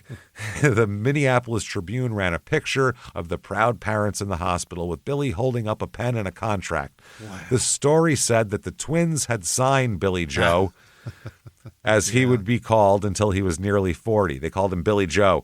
Yeah. See, he wants to be a redneck, this guy. Sure does. He wants to be. They signed him to a $100,000 contract with a $1 million signing bonus. There was a stipulation in the contract, player to receive $1 million with the understanding that all consultation concerning the fine arts of baseball shall be with his mother rather than his father. It's a big joke. Yeah. There was another thing here. Attending baseball's annual Winter League meetings in Nashville, Billy was walking across a hotel lobby when he spotted Casey Stengel, who was then the New York Mets manager, holding court with some writers. Billy approached and announced, "Don't listen to this senile old man." This is old bat. Stengel looked up and immediately launched into stories from the 50s. He said, "Now this fresh-faced kid here, he just about single-handedly beat those Brooklyn Jackie Robinsons in 1953. Oh. He broke the heart of a whole borough because he made that catch and then got those hits." Billy said that the two decided at that point to let bygones be bygones, and he said, nice. I missed him. Later on, they went to a hotel bar, and Casey had some advice and suggestions about coaching third base, because that's what he's going to be doing at that point. Yeah. And they remained close friends until Casey died in 1975. Now, with manager's consent here, Griffith made Martin third base coach before the 65 season, leading to speculation that when the Twins hit a rough patch, they're going to fire their guy and put Martin in there. February 25th, 1965, Billy Martin is hired here. To manage? To coach third base. They're making a big deal at it. They said that he's hired to fire up the team. Okay. He's going to be a little, that's right. Martin said, "I'm not going out looking for trouble, but if you want to start a collection to pay my fines, I suggest you begin now." He said, "I enjoyed playing with the Yankees because I guess I enjoyed winning. The Yankees play together as a team. They work together and make very few mental mistakes. That's what I'm trying to do with the Twins, eliminate mistakes." And he said, though, as coach, though, he's just supposed to be kind of a cheerleader. He's not the main coach here. They talk about different guys. One guy here, Rollins, who is Rich Rollins. Yeah. He says that Rich Rollins is a tireless worker, and I'm sure he'll have a much better year. I'm going to spend a lot of time with Versailles and wouldn't be surprised if he turned out to be the most valuable player next season. He's got all the tools. Many observers feel Martin will be named manager of the Twins should the club falter. This assumption could lead to friction between him and the manager. Martin said, "I'm going to do all I can to help make the Twins a winner. Sam, the manager, is my boss and my friend. I respect him, and if we do well this year, it will reflect on Sam and the coaching staff. Sure, I want to manage someday, but first I want to be a good coach." Sure.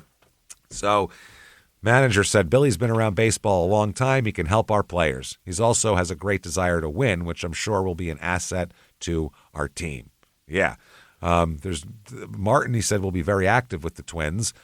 Billy said some of our good players who can't speak English may be speaking Italian before the season's over. Is that right?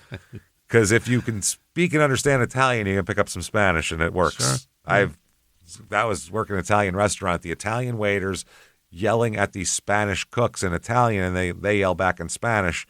And I'm trying to get along. Yeah. And then I'm supposed to figure out what both of them said. I'll be in the alley smoking weed. That's what we did. That's it. You guys do what you want. April 22nd, 1965, Billy calls rumor most evil lie. Oh, what rumor? Poor Billy Martin. This is what the article says. He's what the insurance companies call accident prone. Anytime there's some kind of controversy, you can usually count on finding him squarely in the middle of it due to one type of accident or another. Strictly by accident, he's now involved in another one, though through no fault of his own. And what bothers him all the more is that people are saying he's not satisfied with his job as third base coach and wants to be the manager. He said, "It's the most evil lie I've ever heard that he's trying to get the manager's job." Okay. Yeah, he said, I've always been taught that the truth is frightening and a lie is not. So this doesn't scare me, but it bothers me because Sam and I have been good friends for years. The truth is frightening and a lie is not? So this doesn't scare me? Doesn't scare me. Because a lie isn't scary. Okay, I have to put that together for a minute. Lies don't scare me. Wow. One story said the club hired me to act as a gun at Sam's head. That's a lie, too. The club didn't hire me as a coach. Sam did. And he shook his head and said, if a man said he didn't want to ever manage, he'd be a hypocrite, and I'm not a hypocrite. But I've never been happier in my life doing what I'm doing right now. I wish Sam manages this club for the next 10 years and that I'm still one of his coaches. Heck, if I have any aspiration at all, I'd rather be a general manager than a field manager. There's more security. He said, and more money. He said, I give up playing ball for it. I could have gone with Kansas City in 62. He said, and the manager said, he's not that type. Martin contributes a great deal to this club. He constantly reminds the players what's expected of them, and that leaves me free to concentrate on other things. Love it. Said as a third base coach, he has them gambling more, which I like. He encourages them to try for that extra base. I told the players if they get thrown out, it's my fault, not Martin's. He has my endorsement all the way. Perhaps you should say taking more chances. Taking more, yeah. I don't like gambling. Gambling. He gambling out there. He's gambling. So, yeah, they say August 13th, Billy Martin fires the Twins' engines. Mm-hmm. And they said that he's making guys give him 110%. Big fluff piece here. Huge fluff piece here. He said, a bunch of players saying he taught me a lot since I've come up here. I'll always be grateful to him. I was scared stiff when they moved me from the outfield to play third base. His patience and understanding made it a little easier for me. Now I can do it. The manager denied feeling that Martin was after his job. And the Twins in 1965, they had a few winning streaks, but they won the American League pennant as well. Right. Martin worked with the players to make them more aggressive on the base paths. He recognized the talent of Rod Carew, who future Hall of Famer, 3,000 hit club guy. I learned that from Adam Sandler. Yes, he is. That's the only reason we know. He converted and spent much time working with him to make him a better ball player. The Twins had tried to trade shortstop Zoilo Versailles the previous winter. Martin worked on his hitting and base running, and Versailles was voted the league's most valuable player, crediting Billy for it. Gee, didn't Billy say he could be the most valuable player? He's got that talent, and he did it. Versailles gave credit to his manager, Sam, and his coaches, especially Billy Martin. He also said he was helped by each player on the team. Billy did not get along with everybody on the team. Here is from the book. He warred with the other coaches, particularly his former Yankees teammate, Johnny Sain, the pitching coach. Oh. He said, it's always Billy against the world, pitcher Jim Catt said. He said, it's almost as if he needs adversaries in his life. It's his favorite, yeah. It's his you have favorite, to feel like an underdog sometimes. If you feel like you're the champ and you're just going to defend being the champ, gotta have some what's the fun in that? Yeah. And Johnny Sain, by the way, was a great pitcher at one point. He was the part of the with the Braves, I think, where it was they said spawn insane and pray for rain. That's what it was. Throw those two out and then hope it rains for 2 more days and then throw spawn again. All right. That was an old thing they used to have there. So the Twins lost the 65 World Series to the Dodgers in 7 games. Yeah. We're talking Drysdale, Koufax, all those guys. Martin was given a lot of credit for getting him there. December of 1965 here, Billy Martin in car mishap. This will come up quite a bit in his life here. Let's see. Driving car? Oh, yeah. He was the driver of a car involved in an intersection accident here at 12:34 p.m. Neither driver was injured. Well, at least he wasn't drunk yet, probably. That's good, yeah. Noon. Martin was, although back then he might have had a 4-martini lunch. Yeah. Martin was driving north on Bighorn Avenue. The car he was driving was in a collision with an eastbound pickup truck driven by Bernard Gerard, Jr. Police investigated and estimated damages of $500 to the left rear of Martin's car and $50 to the front of Gerard's pickup.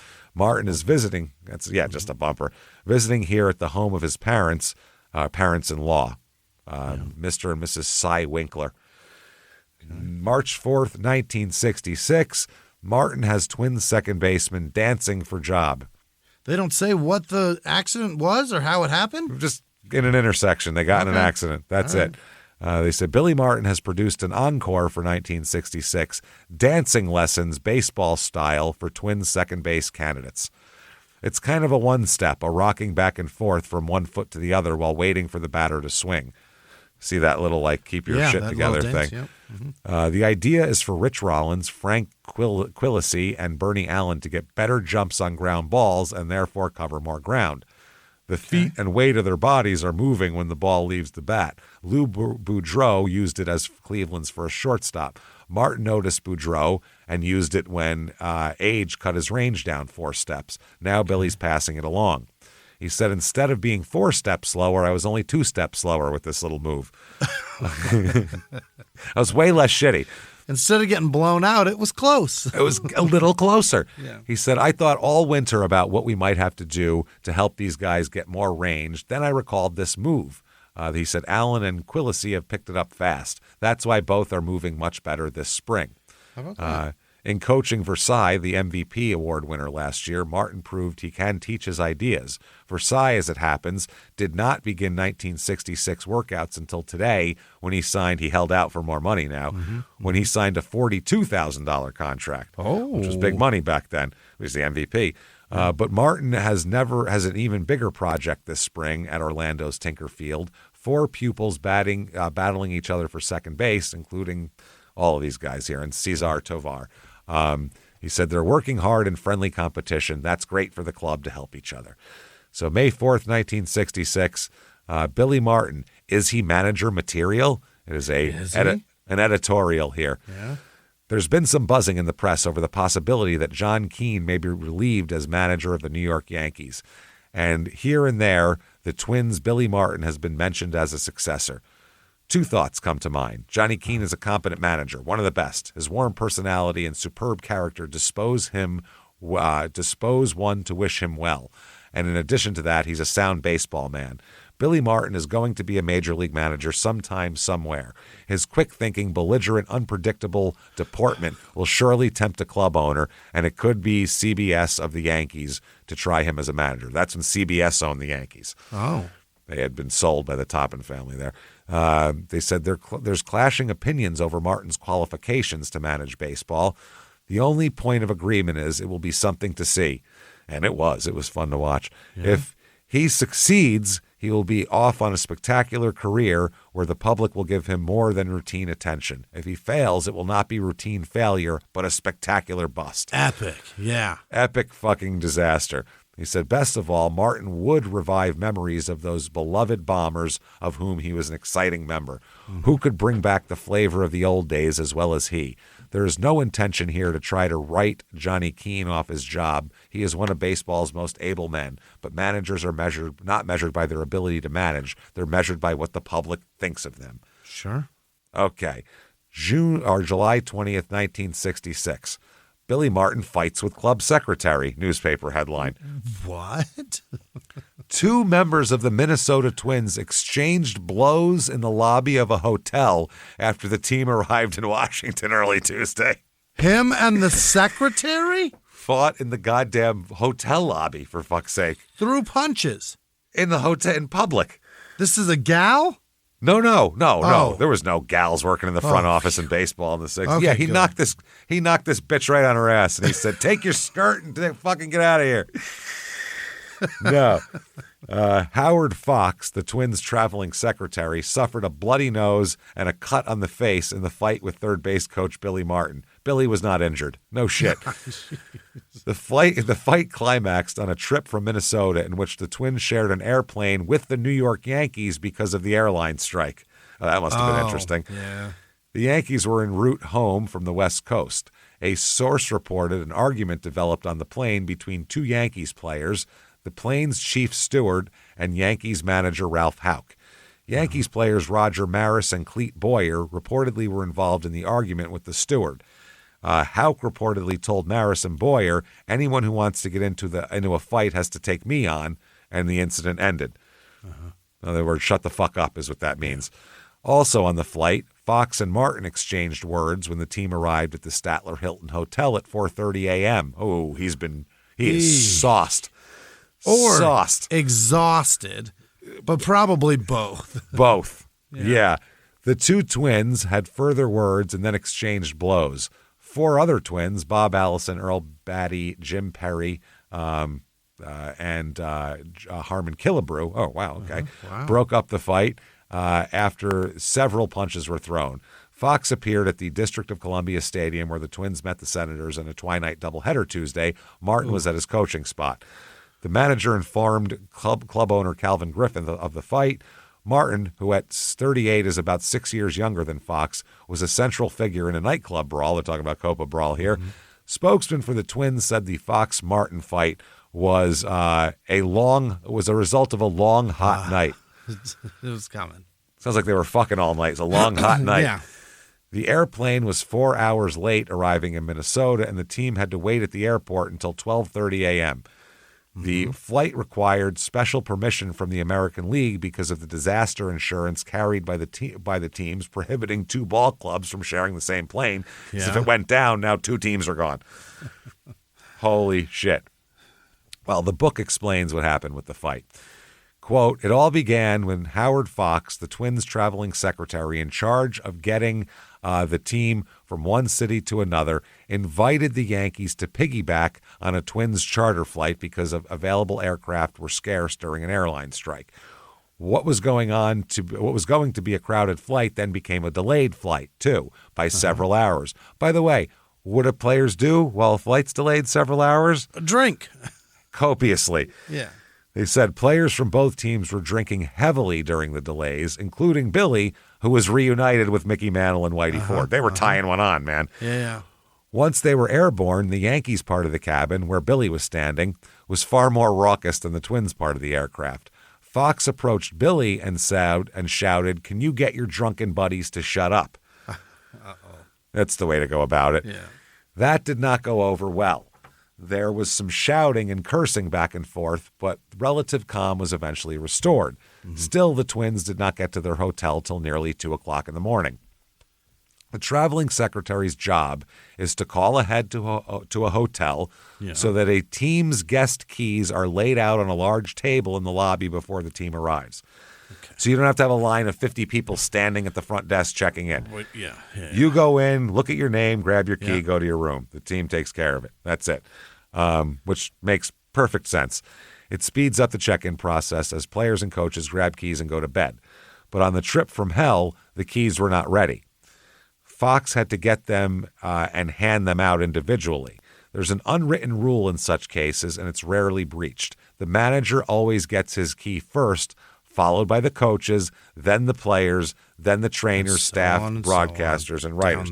Down the totem pole. It's the same hierarchy as plane seating goes. Sure. Coaches up front, then followed back to the players. Okay, and then everybody else.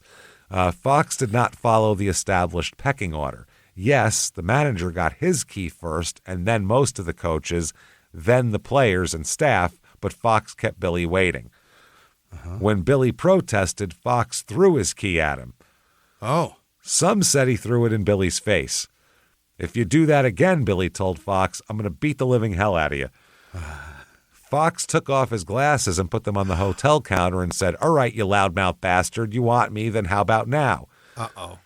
Billy leaped at Fox, who was about 10 years his senior, we know it's 6 now, and smashed him with a right hand. You know he jumps when he punches, that's great. Yeah. Fox went down and there was a pile of bodies on the hotel lobby breaking up the fight. Fox bleeding from a cut on his cheek, and Billy later shook hands and tried to put it behind them as consequences of the aggravating travel circumstances. But Fox, a good friend of Griffith, never forgot the episode. Neither did Griffith.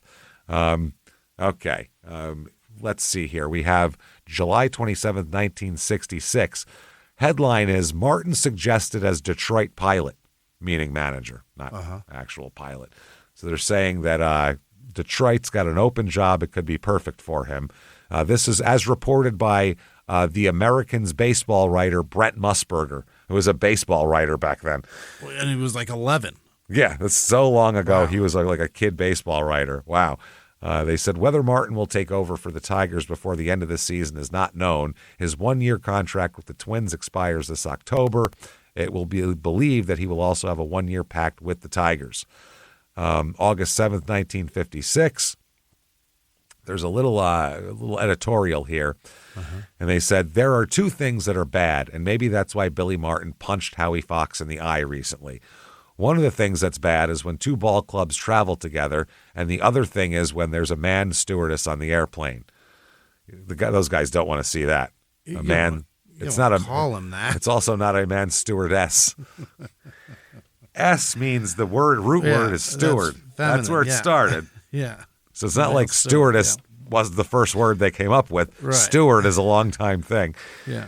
On the flight from Minneapolis, the one the Twins shared with the Yankees, there were several lady stewardesses and one man stewardess. Again, this is a writer. He doesn't know what words mean. Everybody got along just dandy with the lady stewardesses, I bet. But the man stewardess was something else. Some of the ball players wound up cursing him and almost popping him. Yeah, hey, where are your tits? Right. Hey, Frank, where are your tits? I don't see any. This man stewardess was very rude. He had one bad habit of snatching a drink out of your hands. He did that to some of the players as they boarded the plane. He didn't say, "May I have that drink, please," the way the lady stewardesses would. He said, "Give me dat," in like German, like he's a Nazi, and he snatched it. This made the players very mad. The fact that he spat commands like the movie version of a Nazi officer didn't help either. Right. Yeah. Said it was long and tedious at the airport. How many times can you get your shoes shined? How often can you thumb through a Playboy magazine, which was brand new at the time? Man, the plane, something called Overseas National Airways, who the fuck knows, was supposed to pick up everybody at 9 p.m. It finally got off the ground after midnight because it was coming from Oslo, Helsinki, or someplace. It was a big job, about 140 seats. There was so much room, the Twins invited the Yankees to take it, and their wives too. Fuck it, everybody. Jesus Christ. I guess they said, hey, let's quiet. Ralph Houck said, let's quiet down a little. That's what this happened. Yeah. As Houck reviews the incident, no Yankees to blame. He said there was no rowdyism on the plane as far as I'm concerned. It was just on the bus, they said later on, that's when Billy and Fox kind of got into it a little bit. They kept going back and forth on the bus there. So we're getting little pieces of this. When he threw it at him, Billy said, you did that on purpose. And Fox said, one day I'm going to take you outside and beat the living hell out of you, is what Billy said. And Howie said, how about right now, you little loudmouth son of a bitch? And that's it. So they said Calvin Griffith, who owns the Twins, is a decent man. He realizes some funny things can happen. I hope nobody gets canned, not even the male stewardess who started the whole damn thing. I just hope Overseas National Airways finds something else for him to do and leaves the stewardessing to the ladies. Wow. Here we go. November 30th, 1966. Billy Martin loses suit to Brewer. Oh, no. A circuit court jury awarded $100,000 in damages to pitcher Jim Brewer in a suit filed against Billy Martin. Really? Wow. Yeah, that is crazy. Billy said that he was completely unaware there was a lawsuit even in progress. He said, I wasn't notified in any way the suit was coming to trial. During the 2-day trial, television films showing the first fight were shown. Brewer's attorney, Peter Fitzpatrick, said that for a long time after the incident, doctors thought he would lose the sight in his right eye. Okay. December 1st, 66, Billy says he'll demand his day in court. Really? So it's some kind of appeal thing saying he didn't know about it. And it goes back and forth. He said, they can't get $100,000 from me. I don't have it. No. That's it. February 28th, 1967, praise from his old manager here, or his current manager, Sam Melly there, of the Twins, saying, it's 10-10 now. How long do you want them to play Pepper, asked Martin, talking about a scene from the field. Yeah. Let him loosen up good this morning, said Melly. Let him go to 10:30. Okay, Martin said, and trotted back to the field. Martin, brash, bold Billy? What's he doing here? The Twins had that ugly mess last fall, that coaching upheaval, or was it a purge, and Johnny Sane and Hal Narragon found themselves looking for jobs. He said, but Billy, the boat rocker, the agitator, the professional politician, the man who was supposed to run Melly out of a job is still here, a vital figure in camp. Yeah, and the manager said, listen, this guy's had a lot of bad publicity. You know the stories. I know the stories. He said, but let me tell you something. I've never had a minute of trouble with Billy. He's been nothing but loyal, except when he punched our traveling secretary, but that's a separate thing. Great guy. Great guy. Has some problems here and there. A little hot. Don't challenge him. Something's boiling under the surface. But look, that's what makes a great athlete. That's it. He says he knows just one thing, and that's win. That's all he knows. How can you knock a guy for that? Yeah. So come on now.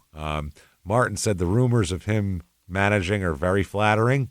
He said, okay, it's corny, but I'd rather be with a winner than to manage. I'd be glad to stay here forever with Sam and maybe be a Cressetti type of guy. That's Casey Stengel's guy who went with him everywhere. You could be him. Well, he ends up having his own guys like that. He's got Art Fowler, the pitching coach, that he takes everywhere with him. He said, those rumors about me managing are nice to hear. The Chicago job opens up and my name is mentioned. Detroit job opens up, my name is mentioned. It's very flattering. There you go. March 28th, 1967, new evidence in Martin's suit. Uh-oh. Okay. Former pitcher Cal McClish stated in a deposition that he hit Jim Brewer 2 or 3 times during this fight.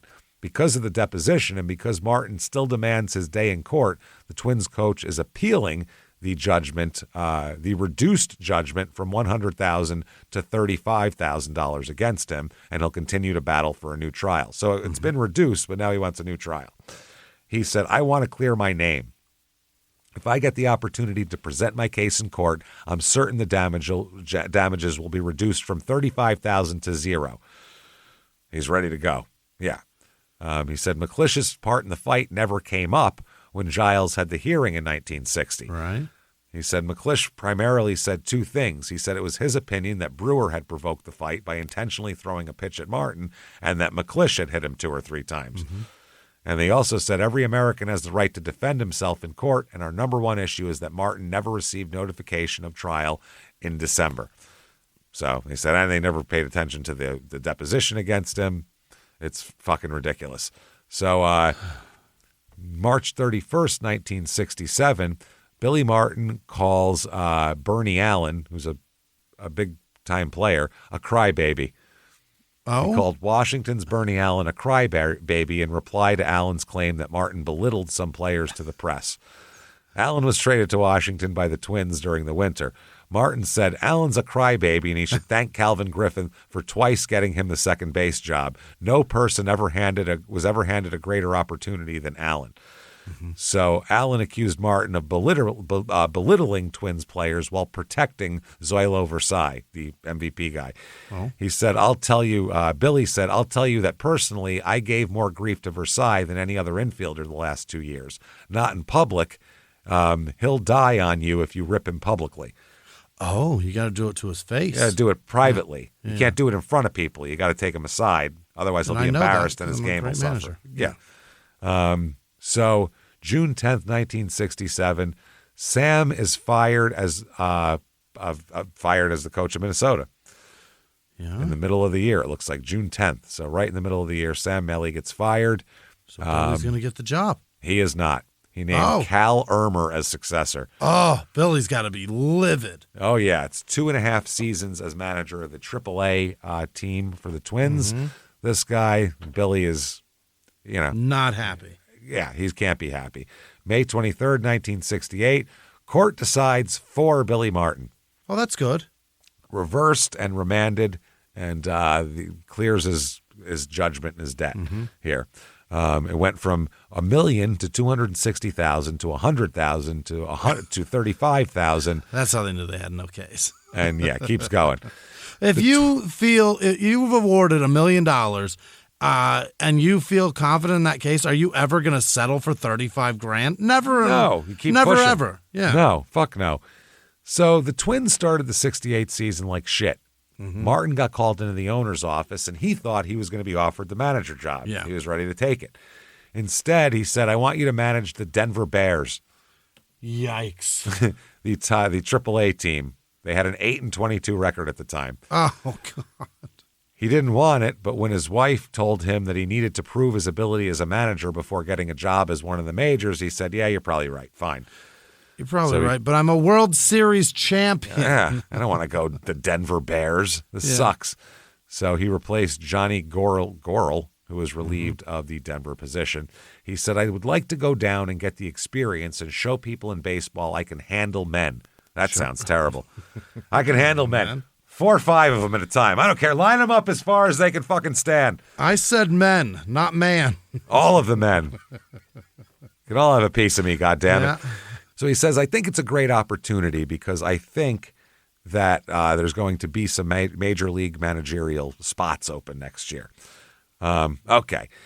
Now, Greg Nettles, who's future Yankee hero, World Series hero, third baseman, very good third baseman, Greg Nettles.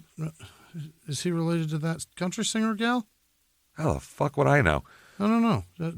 Is it Jenna Nettles? I don't know what her name is. She's in no Righteous idea. Gemstones, that girl. Oh, her? Jennifer. I wonder if she's related to him. Beats me. I don't know. Nettles? Yep. Well, there you go. Maybe. I don't know. I don't know how common of a name that is. Yeah, I don't either. That's the only 2 people I've ever heard with it. Now, Nettles was on the AAA Bears at that point. Yeah. And he said a player. Everyone on the team hated him, meaning Billy. Oh. I couldn't stand him. You'd come into the dugout and he'd be yelling at you in front of everyone, just screaming. Why didn't you take the extra base? Didn't you notice that right fielder has a weak arm? You went to college. Why don't you use your brain out there? He said, I'd never had a manager talk to me like that before. Another guy, George Mitterwald, was a catcher and outfielder for the Bears. He was also from Berkeley, and he had heard about Billy all his life. So he said he came in ranting about all these little details. We had lost 9 in a row when he got there. When we lost again the next night, he went crazy in the clubhouse. He was throwing things around. He just shattered a wooden chair that he threw against the wall. Isn't that like what the baseball manager does? Yes. Yeah. Remember Bull Durham when Cosner says, scare them. They're kids. Scare them. And he goes in there, throws all the bats into the showers, and they're like jumping out of the way. And then Major League, the old man with the fucking grovelly voice, just yells all the time. Isn't that what a baseball manager's supposed to do? When they need a kick in the ass, It's a long season. It's not like football where you can just yell at them constantly. Right. All right. So you have to know, you have to do it few and far between and know when they need to be yelled at and deliver that the same way. Otherwise, they're just can't get yelled at for 6 straight months. Yeah, it's 162 games every day getting yelled at. It's a little too much. So, so he said all of that. We lost again. I just love shattered. We picked up a wooden chair, threw it against a wall, and exploded. That's pretty funny. He said he said losing was not going to be tolerated, that it was a state of mind. I don't know that anyone believed him, but we were afraid to lose after that. We knew he'd go nuts again. Sure. Oh, great. Whatever it takes. Get out there and fucking play.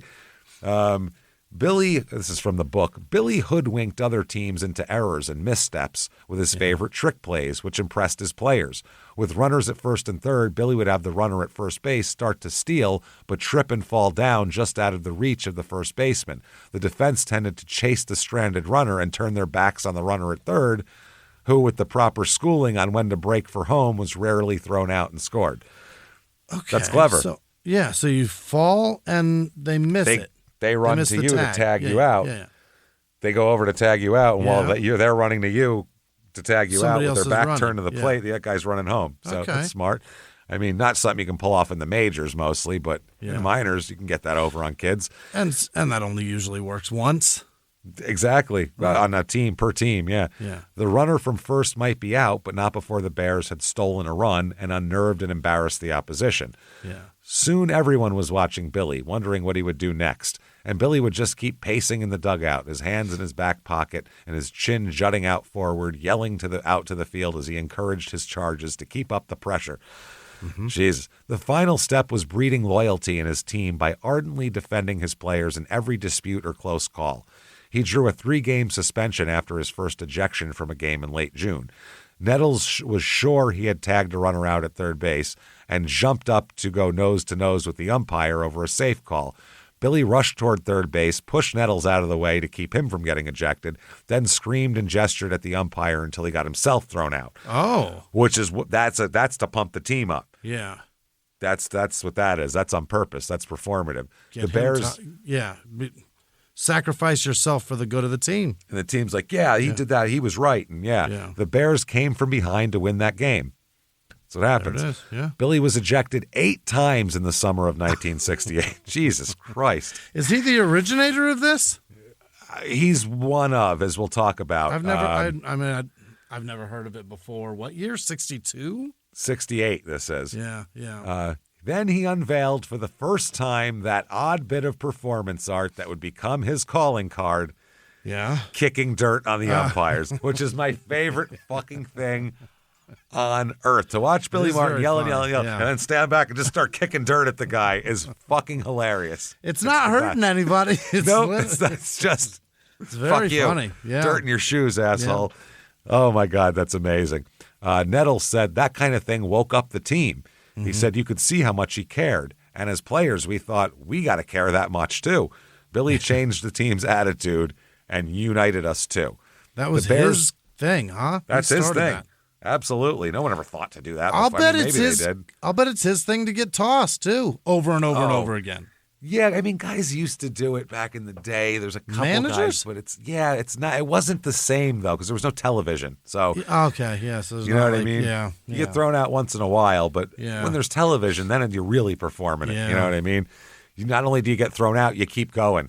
Yeah. At that point, on your way out, you throw the Gatorade at him, throw the thing of balls, throw the bubble gum. You pretend to fucking elbow crawl up to the pitcher's mound and throw pretend rosin bag grenades at the umpire from behind it. Who did that? A minor league manager. It was the greatest meltdown in the history of the world.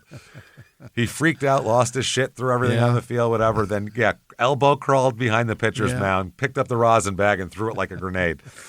Lost his fucking mind. So the Bears won 26 of their final 35 games in 1968 to finish in 4th place.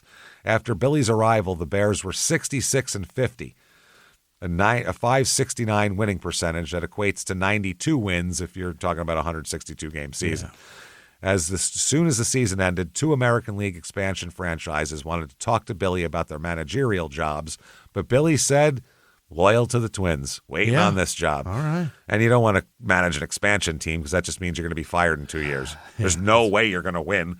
Yeah. You know what I mean? The fucking They're going to Royals. stink for at least a dozen years. The Royals are going to suck for a while. Yeah. It's just the way it is. So September 30th, 1968, Twins to fire Calvin Ermer. Billy Martin appears likely choice is what they said. So they're going to fire this guy. They think Billy's the answer. Yeah. He said Martin will either be the best manager since Casey Stengel or the worst, one Twins official emphasized. We've got to find out which. Yeah. And Billy said, if I get the job, I'll do everything I can to instill pride. That's the biggest job, to get players to want to play and want to play to win. I've seen teams looking for ways to lose. With pride, you can change all that. Sure. Yeah, and you got to get a guy who's won before. He knows how to win. You have to know how to win. You got to give a shit about this game. Yeah. So the Twins. If you get thrown out and you're in last place, it's just frustration. No, you just are mad because you suck. You get thrown out in first place, it's strategy. Or second place, it's strategy at that point. So, Billy Martin is hired as the hot-headed new manager here. He said he'll do whatever it takes to win. All right. Doesn't care. Griffith said the Twins are mighty happy to have Billy to make the players hustle. He said, I don't think it takes any ability to hustle, and I do demand hustle, is what Billy said. Most teams go to spring training with the hopes of winning a pennant. Here, that's the way we'll go to spring training. And he said that he's going to have a similar amount. It's a 1-year contract, about $32,000. Yeah. And he said, I've never had a 2-year contract in this organization. He'd like a 2-year, but they're going to give him a 1 year. So anyway, Billy Martin demands hustle is this headline. Demands it. He said, I hope to have no trouble with fines. I'll treat our players as grown men as long as they act that way. If they act like little boys, they'll get their hands slapped. When I was playing, the biggest excitement was winning. Now it's injecting that same confidence and pride and hustle into the players. A manager is no more than he can get out of his team. Yes, that's the truth. So he said it might take some time, but he's going to turn this team into his own reflection, essentially. That's what he's got to do. He said Casey Stengel, said you've got to mix your game up. You can't play the same way every day and win. When you're facing a super pitcher, Tion, McLean, Denny McLean, are an alumni who at the time was a 30-game winner, you go for one run because it may be the only one you get. So he said, that's the kind of stuff I have to do. The owner also said, Griffith said, Billy can be obnoxious. He was thrown out of 8 games at Denver, and you don't do your team any good if you're not managing. You do, though. Yeah, you do, though. That's the problem. Billy Martin says, yeah, that's the truth, but, doesn't matter. Billy says Billy Martin doesn't duck the charge. He admits it. One guy has him pegged better than anyone else in the world. That guy is Mickey Mantle. In a casual conversation long ago, Mickey Mantle said he hoped that Billy Martin, his old buddy and new Minnesota manager, wouldn't make the mistake of being as rough on his players as he always was on himself. Martin said, Mickey's right. He's exactly right. I was always striving to make myself better, a perfectionist, I guess you'd have to call me. I knew I lacked some things in ability, so I tried to make up for them with other things, like quickness and smartness and capitalizing on the other fella's mistakes. Right. A lot of times I'd get mad at Billy Martin, meaning himself, or I'd get so down and despondent you wouldn't believe it. I was my own worst critic. Mickey knows it. I think he knows me better than anybody. We've lived together 6 years with the Yankees. You get to know someone well when you live with them. Yeah. Mantle knew Martin so well he even used to order his food for him. Oh, wow. He'll have the fucking whatever. Yeah. Martin said, that's absolutely right. He'd always wake up before me, so he'd order my breakfast. He likes his eggs scrambled soft, but he knows I like 2 poached eggs on toast, and that's the way he'd always order for me. He was a hell of a valet. Imagine the great Mickey Mantle ordering breakfast for a .257 hitter, but people never believe me when I tell them that. I really miss him. We had a barrel of fun, Mickey and me. We were the Katzenjammer kids. We were just youth growing up. I remember whenever we'd go to the movies together, Mickey would leave one seat vacant between us.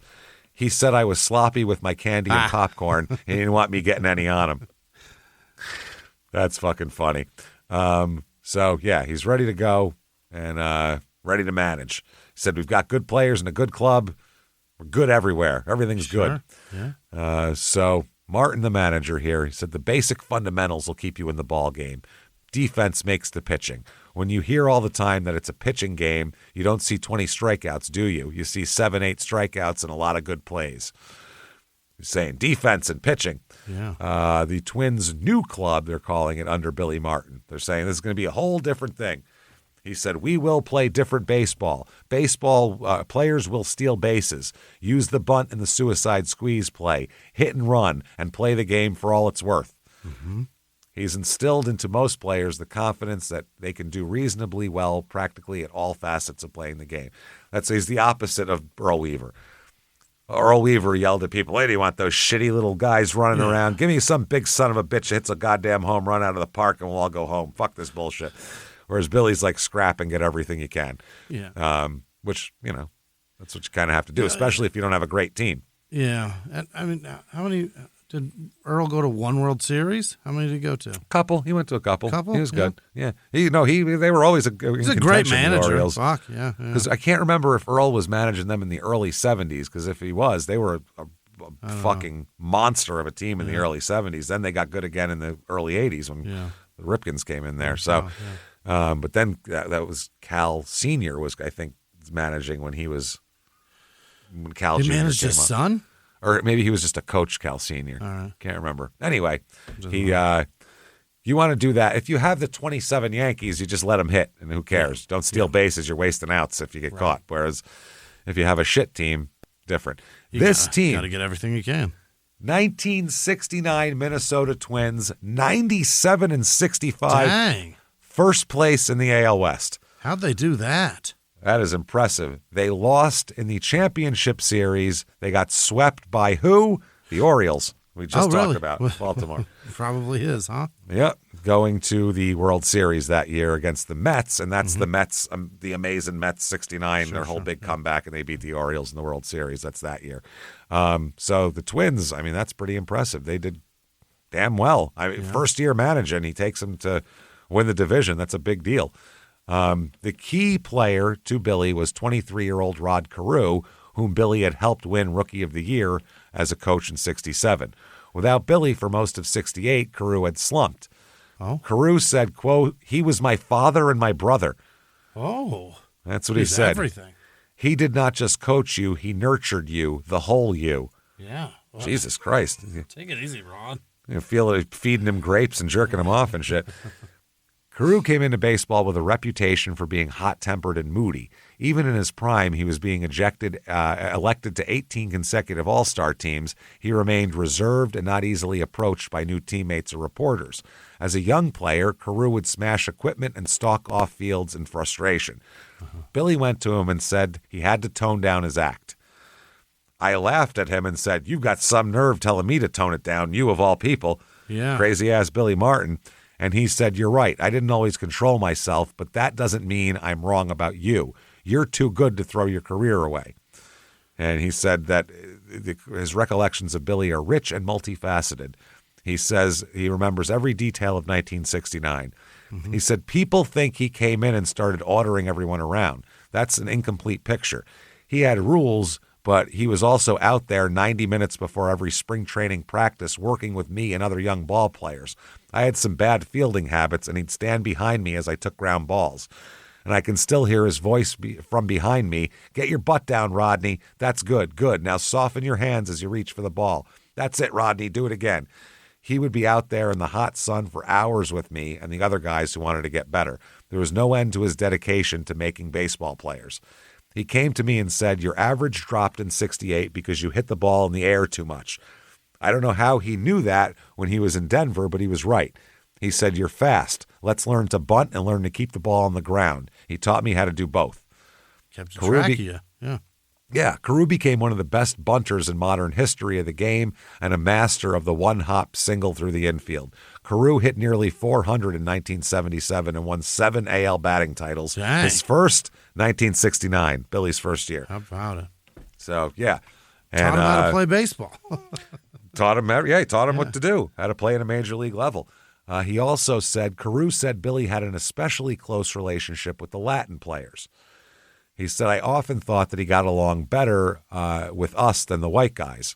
He said, "We sometimes were quiet and kept to ourselves. People called us moody or worse, lazy.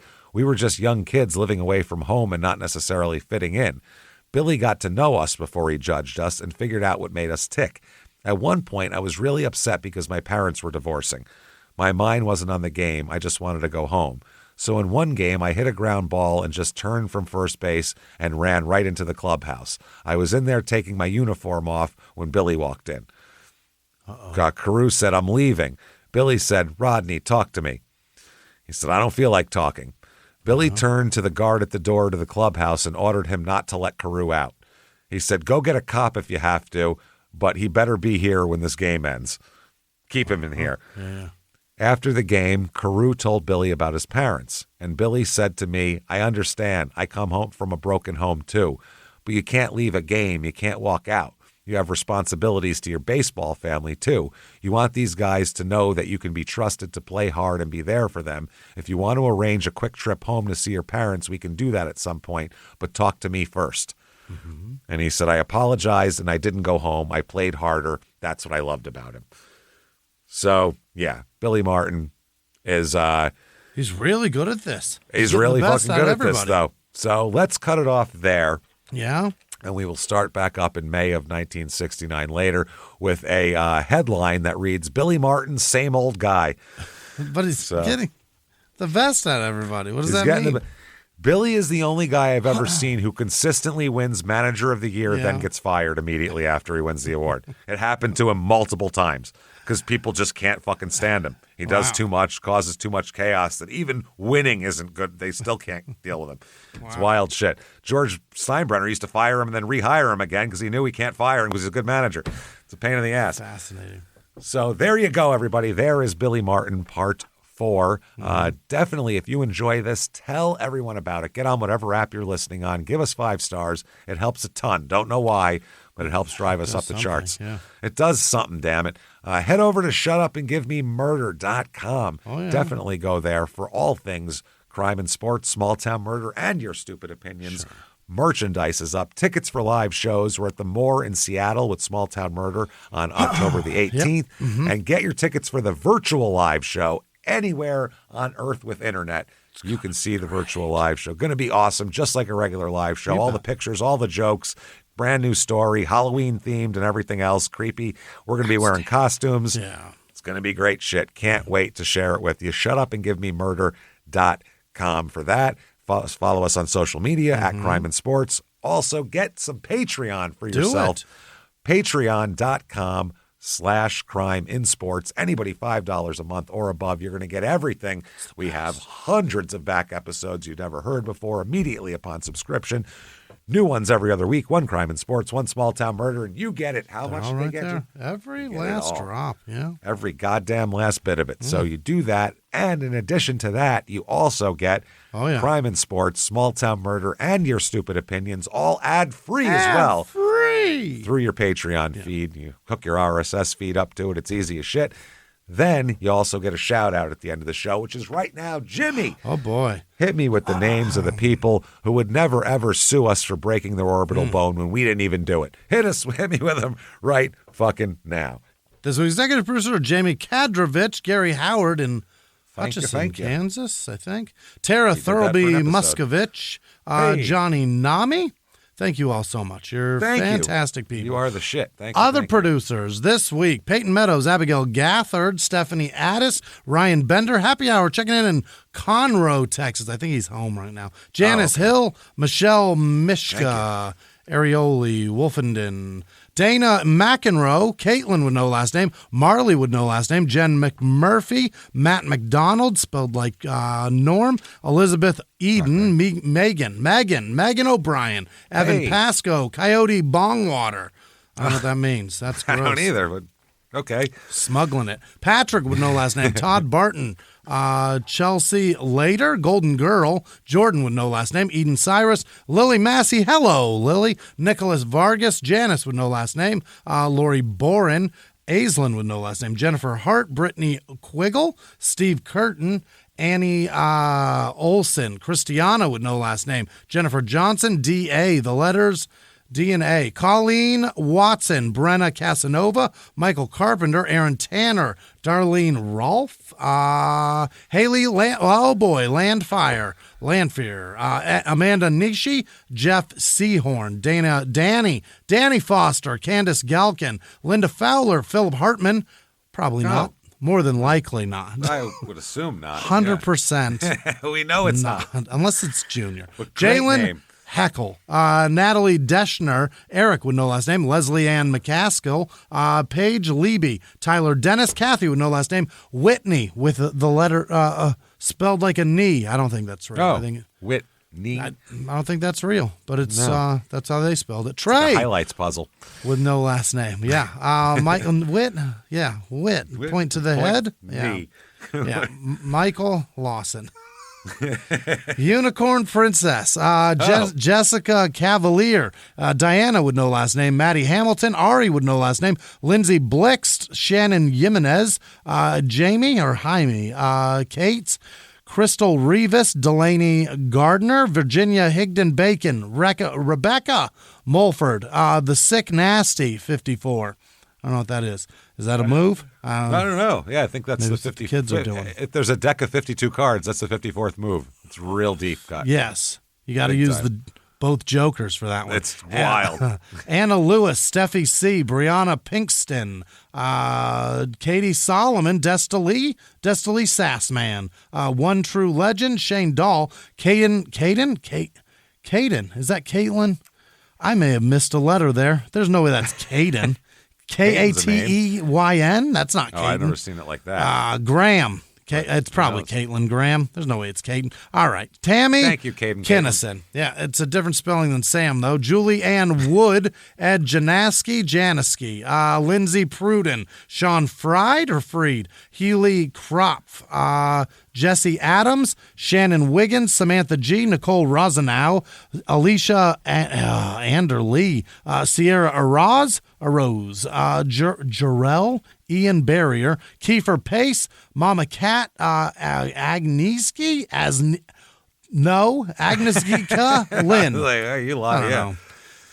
Not going to do Lost it. you. John Rita, Deanna, Dina, Shay, Jason Peters, Crystal M, nope, N, the letter N, Madison with no last name, Tiffany Harrison, Tina Rubinacci, Sarah Klinger, Carson Hoffart. The word fart is in your name, Yeah, Carson. that's great. That is fucked up. That's terrific. Jesse Parrott, Peruse. That never got brought up in school, I'm sure. I'm sure you were never made fun of for that. Never. A hoe fart. That's what they called you. Hose fart. Eric Gerard, Sadie Jones, Peruse, Pyruse, with no last name. Sadie Jones, Dara Thornhill, Susie with no last name, Vergie, Leon, Michael McStott, Jeff Page, Michelle with no last name, Promise with no last name, Landon Huffman, Kate Matthews, Brandon Horton, Raven Landau Ayala, Tim Ellis, Sean Dwyer, Dagwood with no last name, Shannon Prenger, Taylor Dawson, John Chalk, Crazy for Murder, that's fun, Beverly Smith, Josh Gendron, Lozio with no last name, Tyrell Peterson, Laura, nope, that's Tara Johnson, Julie Brown, Susie, like downtown, Susie Espinoza, Kristen Lane, Jesse Senzaba, Daniel Sigmund, Mike with no last name, Sarah Roberts, Haley Hale, it's probably Haley O'Neill, Lynn Gherking, Ashley Oldham, gross. Kayla Angela Age, Martin Olszewski, Ellen Elin with no last name, Keith with no last name, Haley Fuel, Heidi Gempler, Elena Werschnig, Tanya Averill, The Steel Artisan, Amanda Hitt, Schuyler Winnan, Jolene Jackson, Rachel with no last name, perhaps Rachel, Josh Maybe. Hayes, Casey Thayer, Amy Schaff, Kicken L, Kiken. I don't want to go too far with that. Ed Riceman, Meg Riceman. Petal, Christy Sanford, Jen Faria, Michelle Rama. These are fucked up this week. Ramaglinali. This week. Real Kathy hard names Grope, possibly Grop, Julie Mack McCormick, Jasmine Lamey, Chloe Ali Sarnak, Steve Warfel, Freya with no last name, Leslie Fry, Christine Anderson, Gabrielle Stevens, Jarrett Logan, Liz with no last name, Renee Martinez, Amanda Mary, and all of our patrons. Love you so much. Thank you. Thank you so much, everybody. You fantastic bastards. We appreciate all that you do for us. Thanks for hanging with us. Thanks for your time. Thanks for your money. Thanks for telling everybody. Thanks for everything you do for us. You want to follow us on social media, shutupandgivememurder.com has drop-down menus. It'll take you anywhere you want to go. Keep coming back and seeing us over and over again. And live from the Crime and Sports Studios, we will see you next week. Bye.